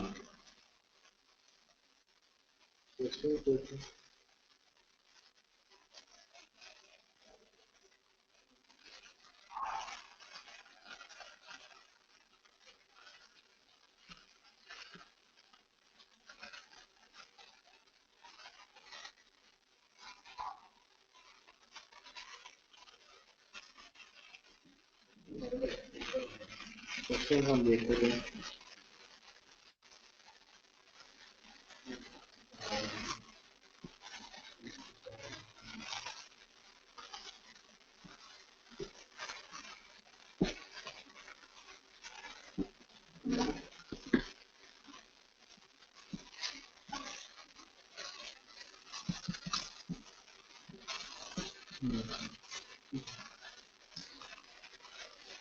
नेक्स्ट है हमारे पास फोरेंसिक ऑडिट मेथोडोलॉजी। ये बेसिकली हमारा आज की प्रेजेंटेशन का थ्रेड्स है। फोरेंसिक ऑडिट मेथोडोलॉजी होती क्या है कि आपने जब फ्रॉड हुआ फ्रॉम स्टार्ट टू एंड आपने उस पूरी केस स्टडी को हल करना है। हल कैसे करना है कि आपने उसमें ये क्लियरली बताना है कि फ्रॉड हुआ कैसे, किसने किया, क्यों किया और उसके बाद उसमें लूप होल्स क्या क्या थे। वो अब आपने करना कैसे है वो हम देख सकते हैं। फोरेंसिक ऑडिट मेथोडोलॉजी में सबसे पहला जो थंब रूल है ना वो ये है कि आपने जब भी फोरेंसिक ऑडिट मेथोडोलॉजी से मैंने स्टार्ट में बताया था आपको कोर्ट में बुलाया जा सकता है। आपको क्योंकि उनके पास राइट्स होते हैं, फोरेंसिक ऑडिटर्स के पास से वो कोर्ट में क्लियर हो सकते हैं और वो बता सकते हैं कि फ्रॉड कैसे हुआ, क्यों। अगर एम्प्लॉयर चाहे कि मैंने इस बंदे ने फ्रॉड किया, मैंने इसको कोर्ट में लेके जाना है, तो forensic auditor as a lawyer के तौर पे वो प्रेजेंट हो सकता है। आपने उधर जाके या तो बताना है कि फ्रॉड हुआ है या आपने बताना है फ्रॉड नहीं हुआ। दो ही सूरतें हो सकती हैं। आपने पूरी अपनी मेथोडोलॉजी में आपके पास अगर एक केस आया है, दो ही चीजें हैं, या आपने इसको क्लियर कट करना है, उसके एविडेंसेस भी देने हैं कि फ्रॉड हुआ है, अगर फ्रॉड नहीं हुआ तो उसके एविडेंसेस भी आपने देने हैं कि फ्रॉड नहीं हुआ।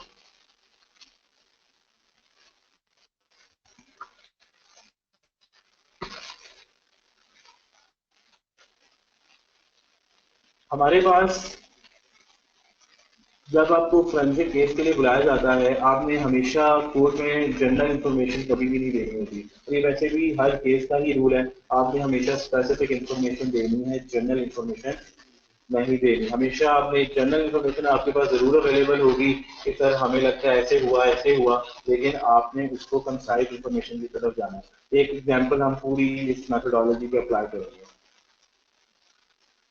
और use the fraud theory approach.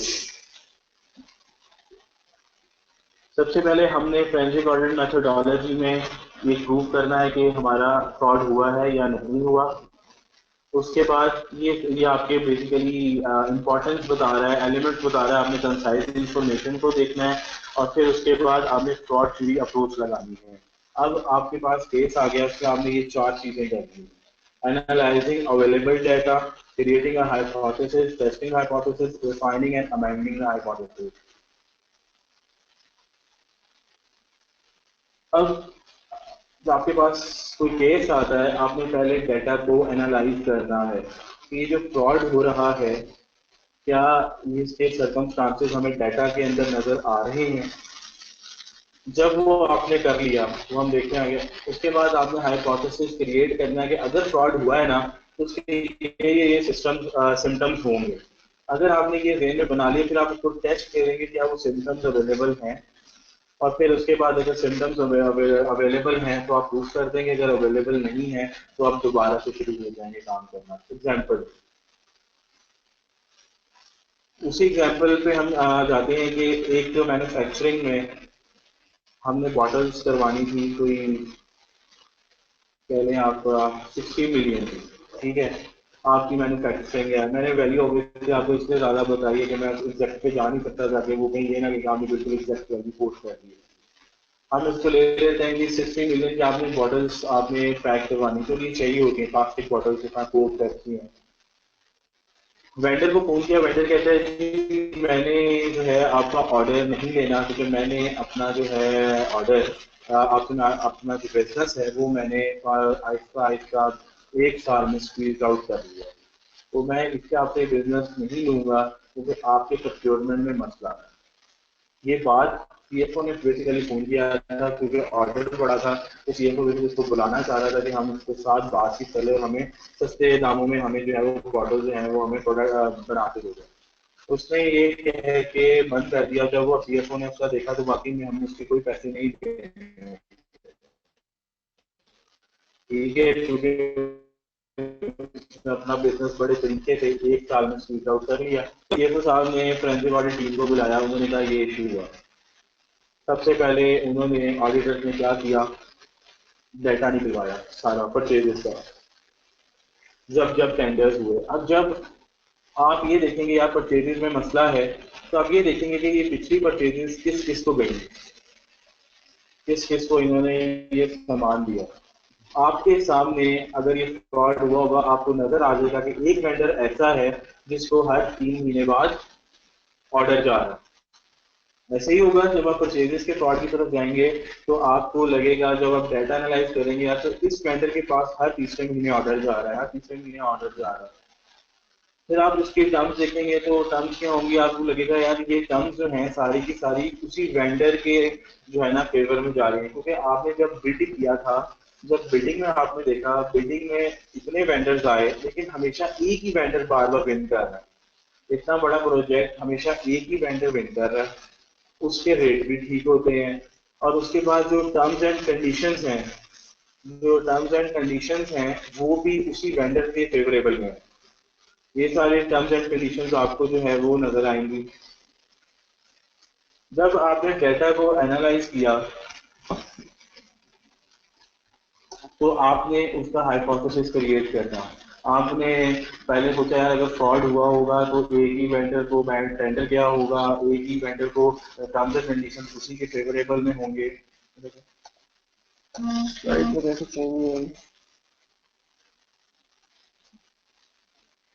तो एक ही वेंडर जो है, एक ही वेंडर के लिए सारी टर्म्स एंड कंडीशन आ रही हैं।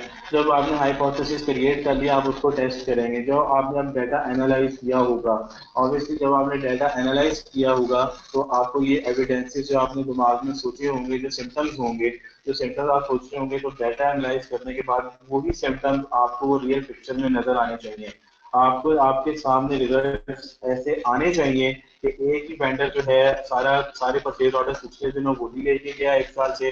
जो टर्म्स एंड कंडीशंस हैं उसमें कुछ ऐसी टर्म्स डाली गई जो सिर्फ एक ही वेंडर फुलफिल कर सकता था। जैसे आप लोगों के केस में जब एक्सटर्नल ऑडिट के टेंडर्स आते हैं तो उसमें अगर किसी फर्म को ऑलरेडी देना हो टेंडर तो उसमें एक ऐसी कंडीशन डाल दी जाती है जो सिर्फ एक या दो फर्म्स फुलफिल करती हैं। ऐसे ही है ना, जो वेब प्रपोजल्स पे काम करते हैं। तो वो हमें साफ क्लियर हो जाता है उसमें कि यार ये जो है ना इन्होंने सिर्फ इस ऑडिट फर्म को देने के लिए ना ये एग्रीमेंट बनाया। बेड फोर बिल्कुल ऐसे ही है। तो हमें समझ लग जाती है यार ये इन्होंने एक स्पेसिफिक क्राइटेरिया रखी है। जब आपके पास रेड फ्लैग आ जाएंगे आप उसको डेटा एनालिसिस के थ्रू आप टेस्ट करेंगे तो आपके सामने ये सिम्टम्स आ जाएंगे। सिम्टम्स हैं वो रियलिटी में कन्वर्ट हो जाएंगे कि वाकई में यार ये सिर्फ वेंडर ए ही था जिसको सारा सामान जाता रहा, हमेशा यही वेंडर को ये टेंडर मिलता रहा, इसमें जो टर्म्स एंड कंडीशंस हैं वो बाकी वेंडर कंप्लीट नहीं करते थे यही फुलफिल करता था। तो आपको ये सिम्टम्स सामने आ जाएंगे और आप अपना प्रूफ देने में कामयाब हो जाएंगे। अगर इसके बावजूद ये सिम्टम्स आपको रियलिटी में नहीं नजर आते तो इसके पीछे ये वजह नहीं होगी कि कोई बंदा मिला हुआ है एक वेंडर के साथ। क्योंकि अगर रिजल्ट आपके सामने ये आए हैं कि उसको भी ऑर्डर जा रहा है, उसको भी परचेज ऑर्डर जा रहा है, उसको भी परचेज ऑर्डर जा रहा है, अगर वो आपके सिम्टम्स के अगेंस्ट रिजल्ट्स आते हैं इसका मतलब इसमें वो मसला नहीं है जो वो वाला वेंडर बता रहा था। फिर आपको एक नए तरीके से दोबारा से वो इन्वेस्टिगेशन करनी पड़ेगी किसी और पॉइंट ऑफ व्यू से। ये कुछ फ्रॉड रिस्क मैनेजमेंट हमारे प्रोसेसेस हैं। फ्रॉड डिफरेंस है, फ्रॉड डिटेक्शन है, फ्रॉड इन्वेस्टिगेशन है, फ्रॉड रेमिडिएशन है। अब इसमें आप ये देखें पहले वाले बुलेट में उन्होंने कहा पॉलिसीज एंड प्रोसीजर्स आपके होने चाहिए फ्रॉड को रोकने के लिए। फ्रॉड रिस्क असेसमेंट कल्चर होना चाहिए, जैसे मैंने आपको बताया anti fraud hotline culture email होनी चाहिए, एंटी फ्रॉड कल्चर होना चाहिए। मैं ऐसी ऑर्गेनाइजेशन को भी जानता हूँ, मुझे खुद नहीं समझ आती लोग ऐसे क्यों करते हैं। जिस बंदे ने उन्हीं के कैश से तकरीबन तकरीबन 25 से 30 लाख रुपए चुराया हो और उसके बाद वो डेवो के कार्गो से निकले हो, उसने वो पकड़ा गया, वो उसने यार डेवो के कार्गो पड़े वहां से जाके हमने निकाले हो और वहां से निकाले हो उसको प्रूव कर गया हो आपको अपने इसके वाले का, और पता लगे 6 महीने बाद वो फिर एक जीएम की पोजीशन पे आया है। तो इसका मतलब ये होता है कि आप करप्शन के कल्चर को, क्योंकि उसमें जो ईमानदार काम कर रहे हैं वो कहते हैं यार अगर एक ये बंदा जीएम बन सकता है तो यार हम लोग तो कुछ करते नहीं है, तो हमारे हमारे पास किस बात की जाती है। और ये करप्शन का कल्चर काफी ऑर्गेनाइजेशन में किया जाता है क्योंकि वहाँ पे फेवरेटिज्म बहुत चलता है। तो ये मैंने आप यकीन करें एक ऐसी एग्जाम्पल भी देखी कि जहाँ पे एक बंदा जब प्रूफ हो जाता है ना फिर कुछ नहीं रह जाता। एक बंदे के पास अगर कोई कस्टमर आया है उसने पैसे दिए हैं आपसे सामान ले गया, वो पैसे आप घर ले गए और अपने भाई का चेक की काट के जमा करा दिया फिनांस वालों को, फिनांस वालों ने एक दफा जमा कराया, 2 दफा जमा कराया, 3 दफा बाउंस होता चला गया वो चेक। और जब इन्वेस्टिगेशन में पता लगा कि सर वो पैसे मैं खा गया हूँ और बेसिकली ये मेरे भाई का चेक है जो, और ये प्रूफ हो जाए फिर भी आप उसको एक हेड की पोजीशन पे बिठाएं तो मेरे ख्याल से पीछे कुछ नहीं रह जाता।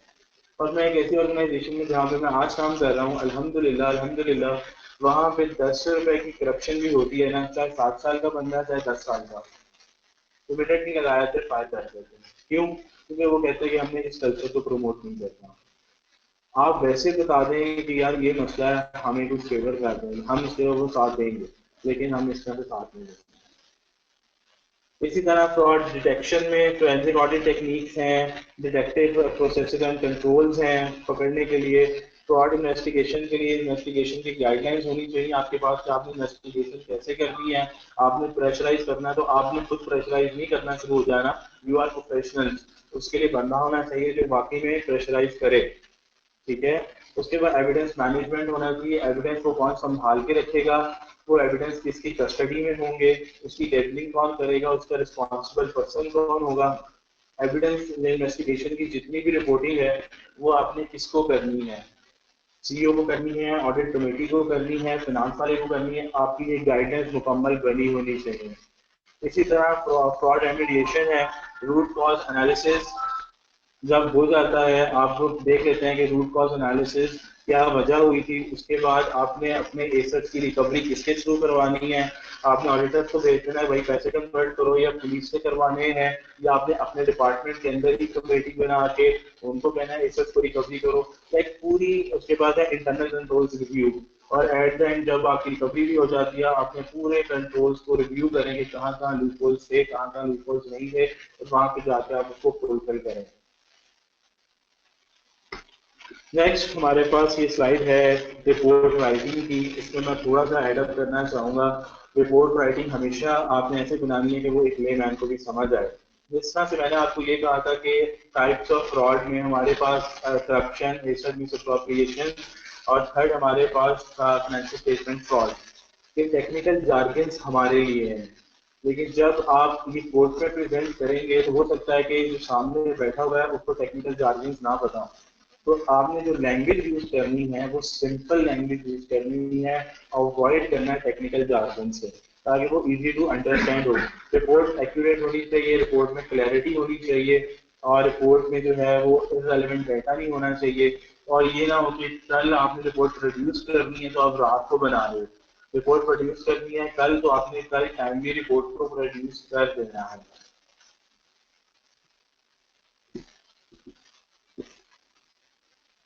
दूसरा, जो कंक्लूजन होनी चाहिए फोरेंसिक ऑडिटर की,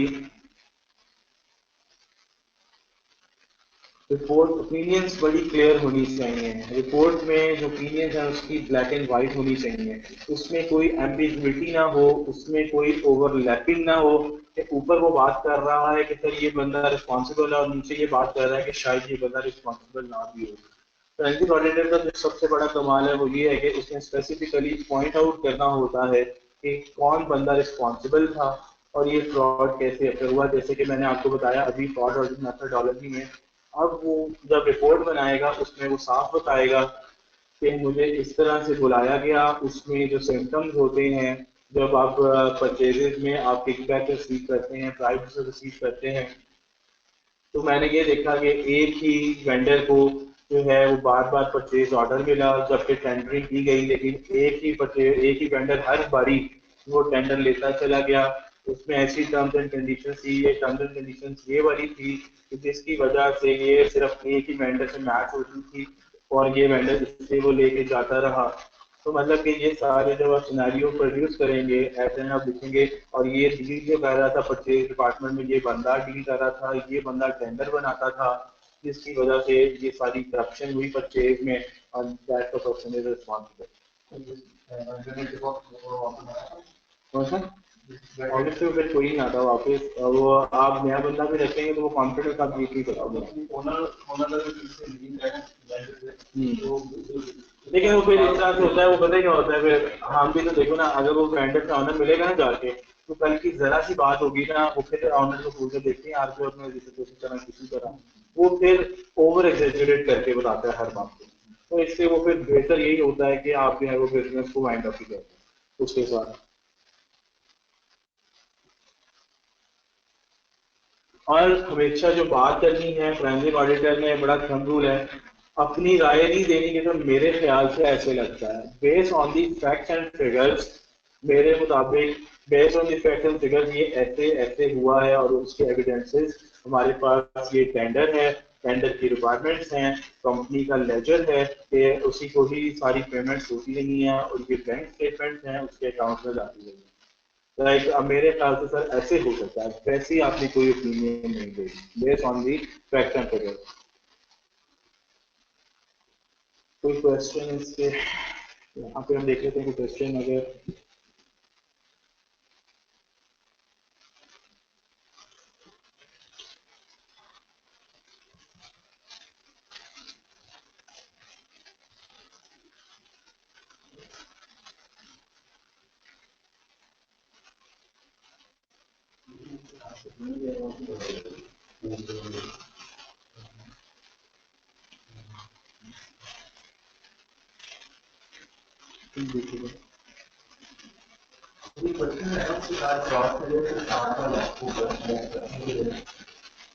fraud and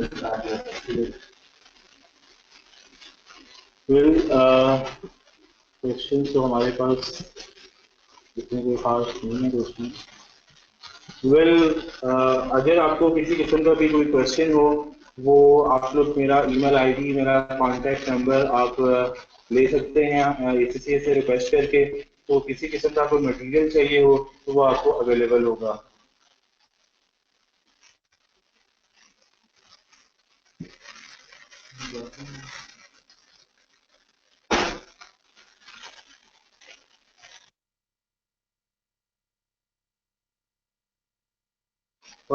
मैंने भी जो किया हुआ है, मैंने बेसिकली किया हुआ है फोरेंसिक इन्वेस्टिगेटिव ऑडिटर। इसके 3 पेपर होते हैं, तो वो आपको देने पड़ते हैं।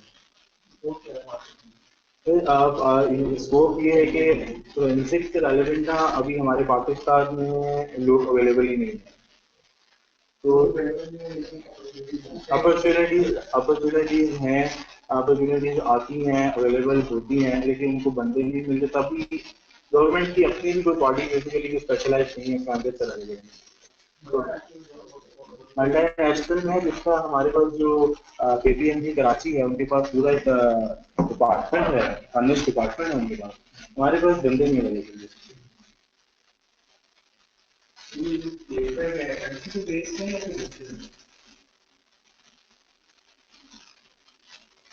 ये पेपर जो है हमारे MCQ बेस्ड होते हैं 50%। हमारे पास एक क्वेश्चन है, being an internal auditor in government sector university, we make a large number of procurements which are verified by the concerned person or section or committee. Do I have to always verify the bill's amount, or I have to trust and rely on the verification done by the person section who has done the procurement purchases? Question ये है कि procurement committee में हमारे पास पूरा एक department है, procurement committee है, वो परचेजेस करती है और कोटेशन लेती होगी, परचेजेस उसके बाद करती होगी, अप्रूवल के साथ वो आगे दे देती है। मेरा बड़ा अच्छा यहाँ पे जो लोगों की क्लैरिटी में दूर करना, एक क्लैरिटी लाना चाह रहा हूँ।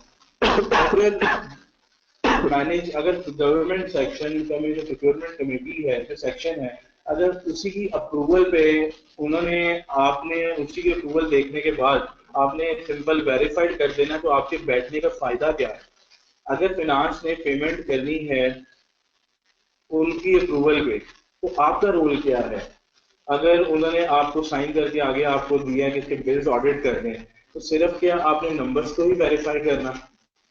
तो जो आप कैलकुलेशंस करते हैं वो तो कोई भी कर सकता है, कैलकुलेशन वो तो कोई भी कर सकता है। आपका जो बैठने का मकसद है वो यही है कि जो प्रोक्योरमेंट कमेटी ने आपको चीजें दी हैं, आप अपनी तरफ से भी वेरीफाई करें कि क्या वाकई में उन्होंने जो रेट लिए हैं वो क्या सबसे लो लिए हैं, बेस्ट रेट्स लिए हैं, उनकी क्या आफ्टर सेल सर्विस अच्छी है। मतलब कि अगर उनके कहने पे ही आपने सिर्फ ओके करना है तो इसका मतलब आपका कोई रोल नहीं है। मैं इसके साथ एक और एग्जाम्पल लिंक आउट करता हूँ। अच्छा, ऑर्गेनाइजेशन में ऑडिट के बाद सीओ की अप्रूवल आ जाती है, ये पेमेंट करते हैं, तो लोग कहते हैं यार सीओ की अप्रूवल आ गई यार, ओके करते हैं आप। यार अगर आपने सीओ हमने सिर्फ सीओ की बात ही माननी है, हमने उसको देख के साइन करने हैं, तो हमारे बैठने का क्या फायदा? समझ रहे हैं बात? अगर हमने उनके साइन को देख के साइन करना है तो फिर हमारे बैठने का फायदा? ये आपका अपनी जेडी है कि आपने उन सीओ ने सिर्फ इतना कहा है कि मेरी तरफ से पेमेंट ओके है, आगे आप अपने रूल्स, अपने ऑडिट प्रोसीजर्स लगाएंगे क्या वाकई में ये एज पर कंप्लाइंस हो रहा है या नहीं हो रहा। उसमें सिर्फ एक ऑथेंटिसिटी दी है कि मेरी तरफ से ओके।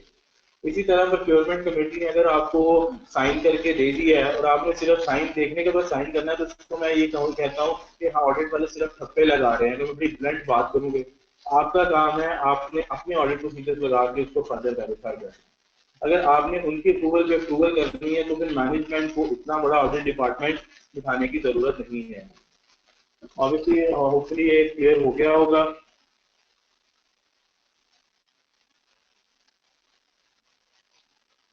नेक्स्ट क्वेश्चन हमारे पास है, should not we write explicitly that a certain person is foster in report? ये फैजान साहब ने क्वेश्चन किया था। उन्होंने ये लिखा है कि क्या रिपोर्ट के अंदर हमें बंदे का नाम लिखना चाहिए या नहीं लिखना चाहिए। हमारे पास जब आप पूरे सरकमफ्रेंसिक्स में जब आप आ जाते हैं, फोरेंसिक्स में आपने हाईलाइट करना होता है कि इसका पर्सन कौन है, इसके लिए कौन रिस्पॉन्सिबल है। आपने पूरा केस सिनेरियो बताना है कि ये इंसिडेंट इस दिन को पेश आया, कितने बजे पेश आया, क्या लूप होल से जिसकी वजह से आया, कितने क्या नुकसान हुआ और इसका जिम्मेदार पर्सन रिस्पॉन्सिबल पर्सन कौन था। फोरेंसिक्स में आपने हाईलाइट करना है, क्योंकि यहाँ पे आप एम्प्लॉयर ने अगर आपको कहा है कि मेरे एम्प्लॉय ने फ्रॉड किया है, तो आप एम्प्लॉयर की तरफ से केस लड़ रहे हैं। जब आपने कोर्ट में जाना होता है तो दो पार्टी होती हैं, तो आप कोर्ट में जाते हैं, तो आपने वहां पे प्रोसिक्यूट करना है जो कि आपकी एक्यूज पार्टी होगी, तो इसलिए नाम लिखना वहां पे कंपल्सन है।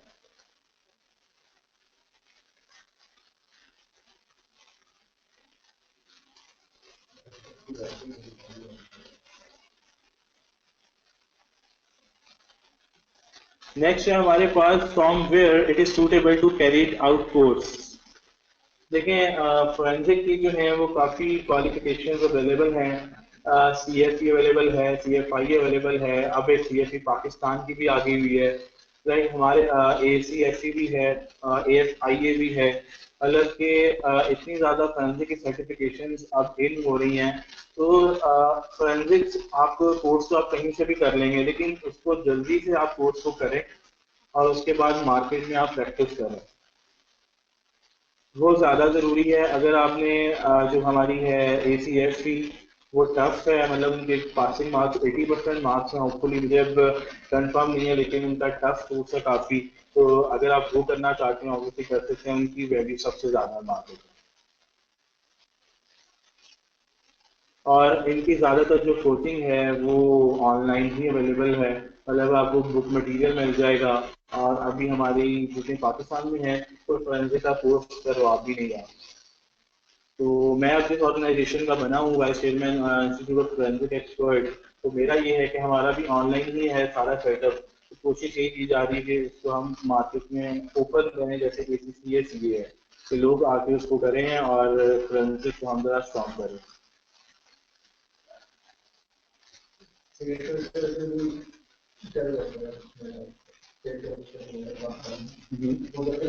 डिग्री को वैल्यू नहीं दे रहे, देखिए, हमारे यहाँ पे तो HR ही स्ट्रांग नहीं है। मैंने अपनी अभी कुछ ऑर्गेनाइजेशन में ऐसे भी देखा है कि MCOM gold medalist customer complaints को देखता है, और D फार्मेसी की भी किसी ने, और वो भी कस्टमर कंप्लेंट्स को देख रहे हैं, ठीक है। और ये मेरे लिए था क्यों, किसी का कोर्स करने के बाद दिल बदल जाता है कि यार हमने ये नहीं करना, और कहीं वो जॉब नहीं मिलती तो मजबूरी तौर पे वो फिर जो सी जॉब मिलती है इनिशियल वो अपॉर्चुनिटी को अवेल कर लेते हैं कि चलो जो भी है वो हम कर लेते हैं। इवन के जिस ऑर्गेनाइजेशन में अभी भी वहाँ की एक BBA है, उसका तकरीबन कोई 8 साल का एक्सपीरियंस है, ऑडिट का एक्सपीरियंस है, जिसने BBA किया हुआ। बट BBA फिर भी कुछ ऑडिट के साथ उन्होंने फाइनेंस पढ़ा हुआ है, उसने ऑडिट पढ़ा हुआ है, तो लिंकेज करता है। ट्रूली तो आपकी ACCA CA है ना जो ऑडिट में लोग आते हैं। नेक्स्ट क्वेश्चन है हमारे पास, do pre audit is helpful. देखें, प्री ऑडिट जो है वो भी डिपेंड करता है जो बेसिकली ऑडिट कर रहा है। अगर आपके पास सिंपल वाउचर आ गया, चेक आ गया है, आपने सिर्फ अमाउंट्स को टैली करना है, तो कभी भी प्री ऑडिट को चीज नहीं पकड़ सकेगा। अब प्री ऑडिट में मेरे पास, मैं प्री ऑडिट भी देख रहा हूँ, मेरे पास ऐसे बिल्स भी आते हैं जो ये 4 दिन पहले की एग्जाम्पल है कि 500 का बिल था फ्यूल का। हमने एक सीलिंग दी है कि यार आप 200 लीटर तक फ्यूल ले सकते हैं, 300 लीटर तक फ्यूल आप क्लेम कर सकते हैं, but it's not the part of your salary, अलग जितना आपका एक्चुअल बेसिस है। अब बिल आए 500, तो उसमें 500 में डलता है फ्यूल 6 या कुछ लीटर डलता है जो भी है, उसने उसको 3500 किया हुआ था।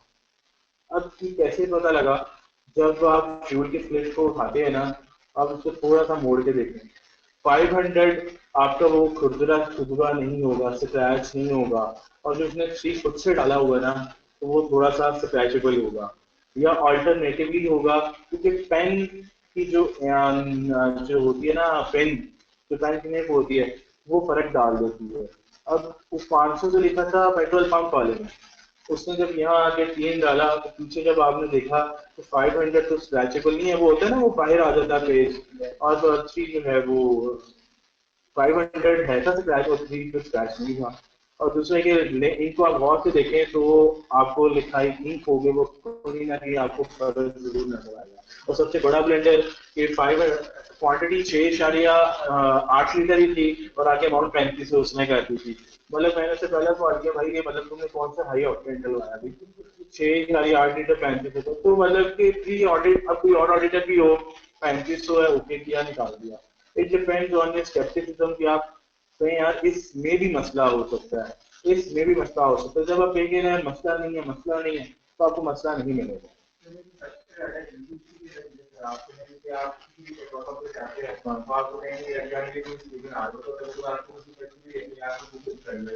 ये नहीं अब जो है ना अब आप स्लिप्स देखें ना पेट्रोल पंप पे, हाँ नहीं कंप्यूटराइज भी होती है, वो भी हो रही है कंप्यूटराइज भी।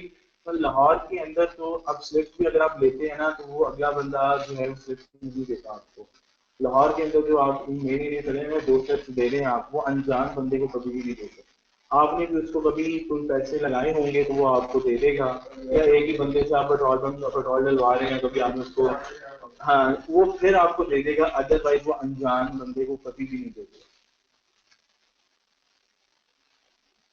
सर पाकिस्तान में जो कर रहे हैं वो मतलब फ्रॉड डिपार्टमेंट भी हो बहुत थ्रेट्स होती हैं, बेसिकली मुझे बहुत हाईलाइट करा है जो है तो इसलिए आई गेस कि सब आता नहीं पार्टी यही बात देखिए अब फ्रॉड डिपार्टमेंट जो पिछले दिनों ये केसेस चल रहे हैं तो मतलब कि लोग इसी वजह से फ्रॉड में आते भी नहीं है, स्पेशलाइज करने की अगर उनको कोई अपॉर्चुनिटी मिल जाती है तो वो बाद में उनके लिए मसला बन जाता है अगर आप कोई मैरिट करना चाहें। तो मतलब कि मैं सिर्फ मजीद बात नहीं कर सकता, तो ये बात है कि आप प्राइवेट सेक्टर में जरूर कर सकते हैं, प्राइवेट सेक्टर में बहुत चांसेस हैं। नेक्स्ट क्वेश्चन भी है हमारे पास, what is a fraud is significantly large, should the CFO be responsible or the manager actually involved will CFO be prosecute?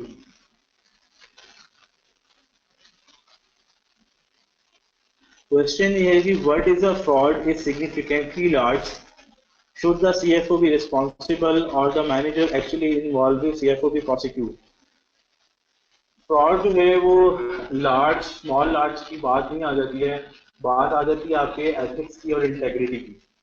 अब चाहे वो सीएफओ ने फ्रॉड किया है, चाहे एक प्रोक्योरमेंट वाले ने फ्रॉड किया है, चाहे जीएम ने फ्रॉड किया है, जो आपके एक्चुअल फैक्ट्स होंगे चाहे उसमें सीएफओ भी, क्योंकि अक्सर ऑर्गेनाइजेशन में ना इनको प्रश्न है कि कुछ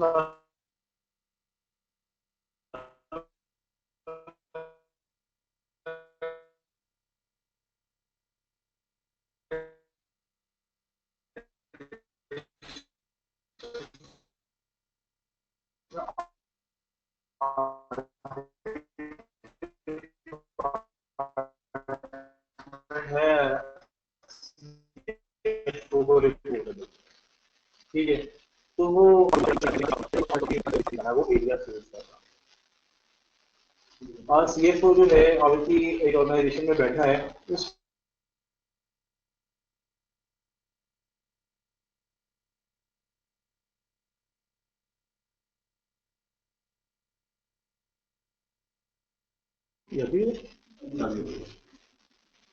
फ्रॉड बेसिकली सीएफओ की भी रिस्पॉन्सिबिलिटी जरूर बनती है कि वो देखे कि ऑर्गेनाइजेशन में फ्रॉड हो रहा है या नहीं हो रहा, उसकी भी रिस्पॉन्सिबिलिटी जरूर है।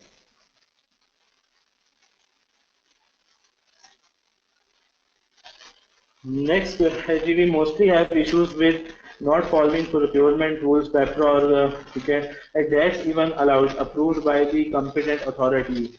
So can I go against such procurement because they are already approved by the competent authority? देखिए उन्होंने कहा जी कि पेट्रा रूल्स बिल्कुल जब गवर्नमेंट में परचेज होती है तो वो आपके वो पेट्रा रूल्स हैं, आपने सारे रूल्स एंड रेगुलेशंस को कंप्लाइंस करनी है। अगर कोई कंप्लाइंस नहीं हुई है आपके पास तो आपके पास अगर पेमेंट आई है या वो वाउचर आया ऑडिट के लिए, आप एटलीस्ट उसके ऊपर ऑब्जेक्शन लगाएं जरूर। ऑब्जेक्शन लगाने के बाद आप कॉम्पिटेंट अथॉरिटी के रिमार्क्स जरूर ले लें जो वो रिमार्क्स लिखेगा उसके बाद आप पेमेंट को निकाल दें। क्यों? कल को अगर जो इश्यू होता है तो आपके पास कुछ ना कुछ होगा बताने के लिए कि हमने ऑब्जेक्शन लगाया था, ऑब्जेक्शन के बाद हमारे सीनियर मेंबर जो कॉम्पिटेंट अथॉरिटी उन्होंने ये रिमार्क्स किए थे, उसके बाद हमने इस पेमेंट को निकाल दिया था। लाइक आपने अपने आप को सेव जरूर करना है। ऑब्वियसली अगर आप अगेंस्ट जाएंगे तो आपको जॉब से निकाल दिया जाएगा। मैं बड़ी प्रैक्टिकल बात करूँ, अगर आप अगेंस्ट जाएंगे उनके आपको जॉब से निकाल देंगे, आपका इंक्रीमेंट नहीं लगेगा, आपको तंग करेंगे, आपको लेट सेटिंग करवाएंगे, बहुत चीजें करेंगे। आप बट सॉफ्टली सा ऑब्जेक्शन जरूर लगाएं। ऑब्जेक्शन लगाने के बाद रिमार्क्स लें, रिमार्क्स लेने के बाद उसको रिकॉर्ड में रखें, रिमार्क्स को, साइन हुए हुए रिमार्क्स को, और आप बाकी की पेमेंट को रिलीज कर दें। और उसमें लिख देंगे as per the discussion with competent authority we are going to release the payment. ताकि कल को कोई इशू भी हो जाता है तो आपके पास रिमार्क्स होंगे कि इन्होंने मुझे फोर्स किया था तो इससे मैं सेफ एंड साउंड, तो वो आपको इस रिमार्क्स से आप सेफ एंड साउंड होंगे। इवन कि मैं भी ऐसे ही करता हूँ। तो जो भी हो, आपको अगर सीओ ने भी कह दिया तो एटलीस्ट मैं अप्रूवल लेता हूँ, so please give the approval to release that payment. जुमला में लिख देता हूँ, आगे साइन कर देता हूँ। नहीं, safe and sound, I have complete my responsibility, मैंने अपनी रिस्पांसिबिलिटी को पूरा किया और लायबिलिटी को अपने कम किया।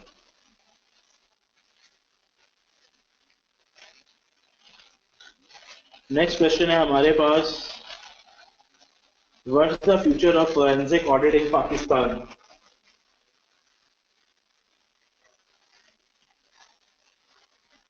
फोरेंसिक का जो आजकल हमारे यहाँ न्यूज चल रही है, फोरेंसिक का तो बहुत स्कोप है हमारे पास पाकिस्तान। तो मेरे ख्याल से ये एक वैसे भी अगर मैं करियर वाइज बात करूँ कि जब आप इंटरव्यू देने जाते हैं ना, दे आर मैनी एसीसीए और दे आर मैनी सीए। अगर आप इंटरव्यू दे रहे हैं, 10 बंदे एसीसीए हैं, अगर आप एसीसीए प्लस फोरेंसिक स्पेशलिस्ट हैं तो आपको एच दिया जाएगा। उसके अलावा आपका वैसे भी आने वाले दौर में फोरेंसिक का बिल्कुल दौर है, क्योंकि general audit, internal audit, government अब डिमांड कर रही है कि हमारे पास फोरेंसिक का बंदा होना चाहिए। तो जनरल ऑब्जर्वेशन तो रोज निकलती हैं, अप्रूवल्स नहीं है, कोटेशन नहीं है, लेकिन जो आउट ऑफ द बॉक्स है उससे हमें फोरेंसिक का बंदा चाहिए। तो मतलब कि जो मेरा, अब मैं जिस ऑर्गेनाइजेशन में जहाँ मैं पहले था और जो मैं अब था, तो मुझे इसका वाकई में एज मिला काफी। आपको बहुत सी चीजें आउट ऑफ द बॉक्स मिल जाती हैं, बहुत सी चीजें ऐसी भी मिल जाती हैं, आपने लोगों को एडवांसेस दिए हुए हैं और वो क्लियर नहीं हो रहे, 2-2 साल हो गए। यहाँ पर भी ऐसे ही है। कल की बात है, अभी मैंने लाइक 2 पेमेंट ऐसी पकड़ी है जो डबल हो गई हैं।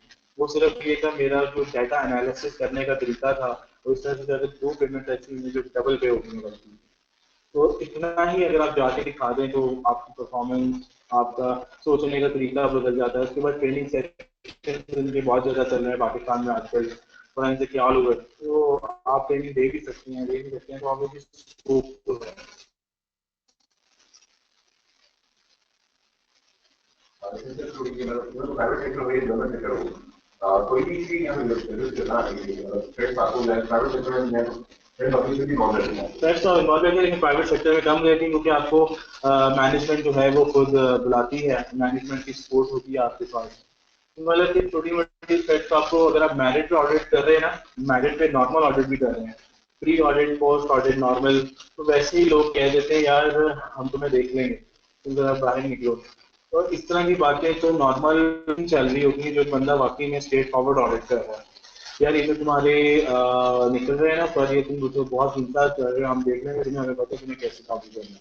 देखिए स्टेटमेंट मैंने खुद फॉलो की, यहाँ तक भी सुना मैंने कि आपको तो, आपको 6 महीने से ज्यादा नहीं हमने यहाँ रुकने नहीं देना, हमें पता है हमने अंदर जाके क्या बात करनी। क्यों? क्योंकि वो लोग पुराने होते हैं, उन्हें पता है कि सीईओ के आगे क्या बात करनी चाहते हैं। तो बहुत सी तरह की चीजें हैं। अच्छा तो आप एमएनसी में चले जाएं, लोकल ऑर्गेनाइजेशन में चले जाएं, आपके जो ऊपर आपका एचओडी है ना, वो आपका सेफ है। मेरे ऊपर अगर ऑनर है, सीईओ है, या बोर्ड ऑफ डायरेक्टर है, या ऑडिट कमेटी भी है, उनको जब तक मैं सेटिस्फाई नहीं करूंगा वो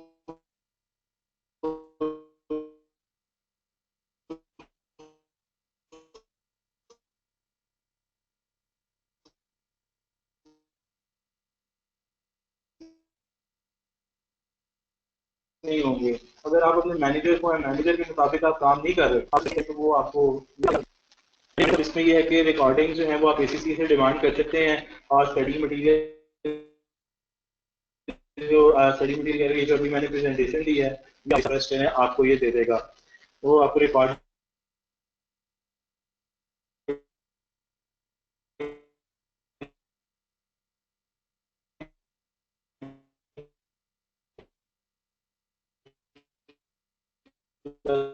मटेरियल आपको प्रोवाइड कर देंगे। नेक्स्ट क्वेश्चन है जी, फोरेंसिक की सबसे ज़्यादा जो बेस्ट एजुकेशन है वो मैंने आपको यही बताया, ACFC है, CFIA भी है, पाकिस्तान में है तो अब इन्होंने वो भी है, CFE सर्टिफाइड इन forensic audit forensic expert, CFE है सर्टिफाइड इन फोरेंसिक एक्सपर्ट, और बॉडी का नाम है institute of forensic expert IFE, जो पाकिस्तान की है, जिसका मैं वाइस चेयरमैन हूँ। आपको इस हवाले से कोई इन्फॉर्मेशन चाहिए हो, आप मेरा वैसे कॉन्टैक्ट नंबर ले लें 0345447990। मैं दोबारा रिपीट कर देता हूँ, 0345447990। आप इस पर किसी तरह की इंफॉर्मेशन चाहिए हो मेरे जो बॉडी है उससे रेलिवेंट, जहाँ पे मैं वाइस चेयरमैन हूँ वो उस बॉडी का, किसी और बॉडी की चाहिए इंफॉर्मेशन, वो मैं आपको प्रोवाइड कर दूंगा। आपके सिनेरियो के मुताबिक कौन सी सही रहेगी आपके लिए।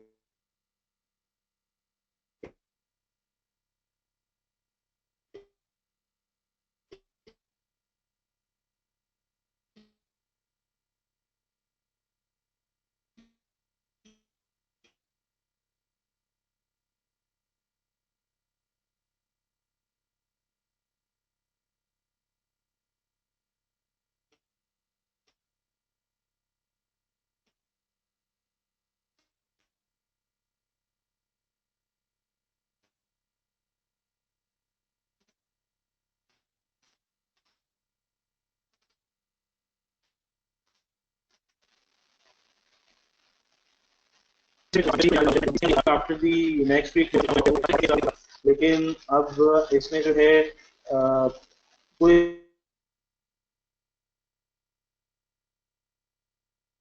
सीए जो है, अगर आप मुझे पूरा नाम बता देते तो शायद मैं कुछ बता सकता, लेकिन अभी जो है तो स्पेसिफिक फॉर्मेट नहीं है। स्पेसिफिक एक जो जनरल फॉर्मेट होता है रिपोर्ट का, introduction of the report, facts and figures, and who is responsible person, and next is the conclusion. ये 4 से 5 एलिमेंट है जो आपकी रिपोर्ट में होने चाहिए।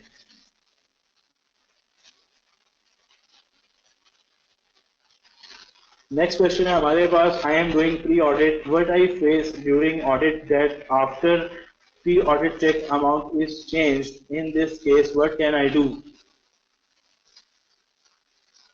देखें, अगर आपके पास मंथली बैंक रिकंसिलिएशन आती हैं, अगर वो अमाउंट चेंज कर दी गई है तो मंथ एंड पे आपका बैंक कभी भी रिकंसाइल नहीं होगा। तो इस केस में आपको अगर 15 तारीख का चेक बना है तो अगर आप बैंक रिकंसाइल करना चाहते हैं तो आप 15 में भी बैंक रिकंसाइल कर सकते हैं, नहीं तो मंथ एंड पे एक पॉलिसी होती है कि हर मंथ एंड पे बैंक रिकंसाइल होते हैं। तो आपको मंथ एंड पे जब बैंक रिकंसिलेशन आएंगी, अगर वो रिकंसाइल नहीं है तो आपके सामने वो सामने आ जाएगा कि क्यों रिकंसाइल नहीं है। इन्वेस्टिगेट करेंगे तो कहीं ना कहीं आपको फर्क नजर आ जाएगा। And my seniors are unwilling to take action on this issue, and my seniors are unwilling to take action on this issue। अगर ये सीनियर बेसिकली आप ही के टीम के मेंबर्स हैं तो ऑब्वियसली रिस्पॉन्सिबिलिटी उनके ऊपर आती है। सीनियर की रिस्पॉन्सिबिलिटी सबसे पहले होती है, फिर जूनियर की होती है। अगर आप समझते हैं कि आपकी ऑर्गेनाइजेशन में ऐसा कोई बंदा है जो मेरिट पर फैसला करे तो आप उसको डिस्क्लोज कर सकते हैं कि ये इस तरह से सिनेरियो हुआ है। अगर आप ऑनर्स के साथ आपका लिंक है या नहीं भी लिंक है, आप रिक्वेस्ट करके उनसे मिल सकते हैं कि सर ऐसे हो सकता है, क्योंकि कल को अगर कोई इस तरह का लीगल इशू हो जाता है तो उसमें आपके सीनियर भी इन्वॉल्व होंगे और आप भी होंगे, क्योंकि आपकी डिस्क्लोज करना आपकी एक एथिकल रिस्पॉन्सिबिलिटी है। तो अगर आप उसको बता सकते हैं कि किसी ऐसे बंदे को जो ऑर्गेनाइजेशन में आपको लगता है कि आपकी हेल्प कर सकता है तो आप उसको डिस्क्लोज कर सकते हैं और डायरेक्टर्स को भी बता सकते हैं, ऑब्वियसली वो उसमें आपको साथ ही देंगे।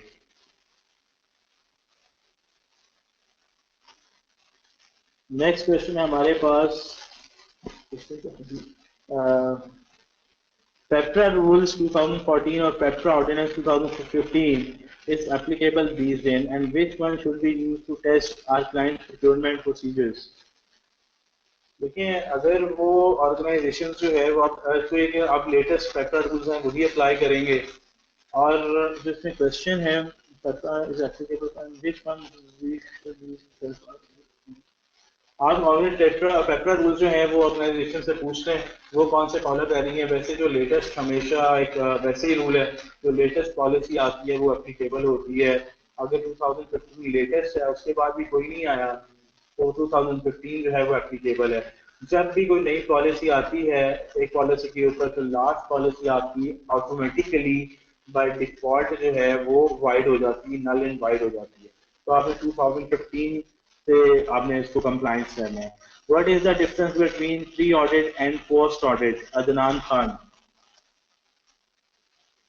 प्री ऑडिट होता है किसी चीज की भी पेमेंट होने से पहले ऑडिट करना, उसको हम प्री ऑडिट कहते हैं। और एक चीज का पेमेंट हो जाना, आपसे ऑडिट नहीं हुई, पेमेंट हो जाने के बाद आपके पास आएगा इसको ऑडिट करने, वो पोस्ट ऑडिट होता है।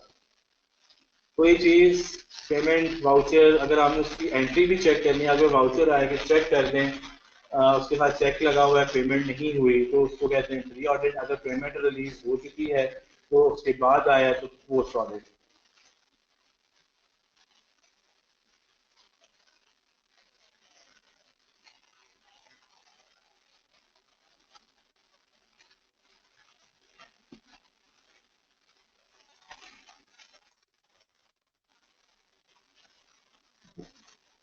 तो क्वेश्चन जो हैं वो कंप्लीट हो चुके हैं, इसके अलावा आपने किसी का कोई क्वेश्चन?